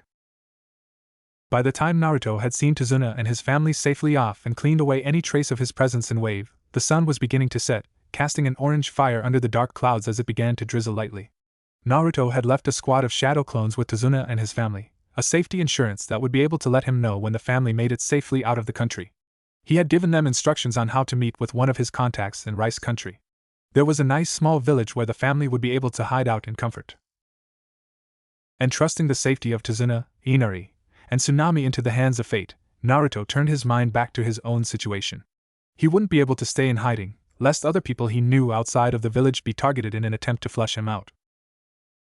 Holding up a hand to the sky, Naruto estimated that the heavy downpour could come at any minute. Naruto looked once again at the Kubikiri, resting on his shoulder. It was incredibly heavy in his hands, that was to be sure, but Naruto couldn't deny that it felt awesome to be holding one of the legendary swords of the 7 swordsmen of the mist, even if he couldn't hold it out straight without his arms shaking like leaves. Naruto remembered his battle with the Anbu. He had been able to throw the sword, but only with the use of Sage Chakra. Even attempting to wield the Kubikiri without Nature Chakra was totally out of the question. Naruto sighed in disappointment as he realized that the sword would only be a hindrance to him as a Nuke-nin. He didn't even have the proper training. Making a decision, Naruto returned to the gravesite just as the first few drops of rain were coming down. Naruto promptly stabbed the sword into the ground. Forming a few hand seals, Naruto called out, Earth-style, stone barrier. A small square block of stone rose between the graves of Haku and Zabuza, encompassing the sword, locking it in place. Naruto took out a kunai and channeled some wind chakra into it. Carefully, Naruto wrote out, Here lie 2 great shinobi. They fought for their loved ones with strength uncommon to men. Naruto wasn't sure what else he should write. He didn't want to identify the bodies, just in case some vandal or grave robber came along. Writing a quick seal onto the stone, Naruto ensured that the grave marker would last long after he died. That's the best I can do for a grave marker, Naruto said respectfully. With that, Naruto made his way back into town. Reaching the local bookstore, Naruto ruffled his hair to shake the water out. Walking over to the manga section, Naruto perused the copies, until he found what he had come to wave for. Dragon Ball Volume 26. Smiling, Naruto ordered a tea and sat down at one of the tables, setting himself up in a comfortable position. As he read through the volume, Naruto sipped at his tea, inhaling and exhaling in absolute delight. However, as he read, a special seal placed on the spine of the volume transferred into Naruto's waiting hands. After the transfer was complete, Naruto continued to read and sip his tea, giving no indication that anything had happened. It was the system that he had devised for his information network. A subtle way of passing on information via seals. It was nearly untraceable, even by those who had formal training in Fuinjutsu. It also kept the anonymity of his sources, lest someone tail him to a meeting. When Naruto was finished, he replaced the manga volume, minus the seal containing his information, and went back to the bar, returning his teacup. After saying his thanks, Naruto left the shop and flashed back to his safe house. Naruto had a niggling feeling in the pit of his stomach, but he couldn't really place it. It was late. He'd stay in Wave for the night, and return to Taki in the morning. After checking to make sure that all the seals were activated, Naruto lay down on his bed, taking out the seal he had recovered at the bookstore. Unwinding a blank scroll, Naruto placed the seal on the scroll and activated it, watching intently as text scrolled out of the seal and onto the scroll. Naruto, it began, I got a hold of the information you requested. Current acting Hokage of Konoha is an old geezer who goes by the name Hamura Mitokado. He's one of the 5th's advisors, and was the 3rd's teammate during the 3rd Shinobi War. Interesting character. Not crippled, and does not wear bandages. No known past affiliations with the NBU. And there's good news too. Tsunade Senju is still recuperating in Konoha Hospital, but is stable and expected to make full recovery in a week. 56b. As Naruto read through the message, the characters started to disappear line by line, until nothing was left. But Naruto had learned everything he needed to learn. His time with Jiraiya had forced him to develop his memory for the purpose of espionage. It wasn't quite photographic memory, but it was pretty darn close. 56b. That indicated how the next drop would be made for this particular contact. Bleach, Volume 56. However, even if someone were to grab a hold of the seal and look at the message, he would just be confused, since it was encrypted in a special code that Jiraiya and Naruto had developed during their training trip together. Naruto thought about what he had learned. Tsunade Bachan. She was safe for now. Naruto wondered if the assassin was going to try to return and finish his job. Naruto hoped that Konoha's security would be ready. Naruto thought about sneaking back into Konoha to see Tsunade. She would have to know the truth, wouldn't she? Would she clear his name? But she might also be unable to remember anything. Was it worth it? The possibility of heartache and disappointment was just too great. And this Hamura Mitokado character. He'd have to find out more about this particular person and find out why he had been chosen to be the acting Hokage. It was clear from the message that Hamura and the old man at his execution were not the same person. So then who was that old man? Naruto was very curious. Then another part of Naruto spoke up. It was the bitter part. What was the point in learning more? Konoha had branded him a traitor. It had turned its back towards him. He could just leave and disappear. In fact, that's what he should do. He should forget about Konoha entirely. After all, what had it done for him? Naruto sighed. No matter how many bad memories he had from the place, he had just as many good memories. Friends he had made and grown close to, people whom he considered precious to him. Naruto sighed. While he could not simply sever all of his ties to Konoha, either could he afford to become obsessed with clearing his name. That chapter of his life was closed. He had to move on, no matter how curious he was, for the sake of his own survival and sanity. Don't cry over spilled sake, Jiraiya would say. Though Naruto was fairly certain that Jiraiya had ripped that particular proverb off of a fortune cookie. It's time to move on. It's time to create a new life for myself. A better one. With these thoughts, Naruto fell asleep. The next day, after finishing lunch at a local ramen stand in Wave, Naruto began to make his way back to Taki, feeling out for the seals he had trailed behind him on the journey to Wave. An hour later, Naruto arrived at Takigakure. Naruto had originally planned to leave the night before, but he wanted to see Fu one more time.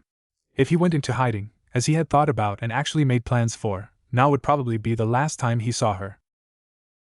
But as Naruto made his way into the village, immediately, he could feel something wrong in the air.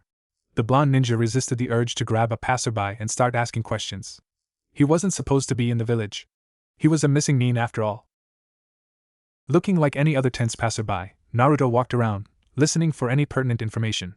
Finally, walking near a dango shop, he heard it. A group of 3 were whispering among themselves. "I can't believe it! Did you see it? Right in the middle of the day?" a fat man asked. "I saw it too," a younger man replied. "They came for her." Worry shot through Naruto's veins when he heard that. "What are you guys talking about? What did I miss? Is this that thing that happened earlier today?" a dull-looking woman asked. "It was these 2 guys in cloaks," the younger man said. The cloaks had red clouds on them. The fat man interrupted hastily, earning a glare from the younger man.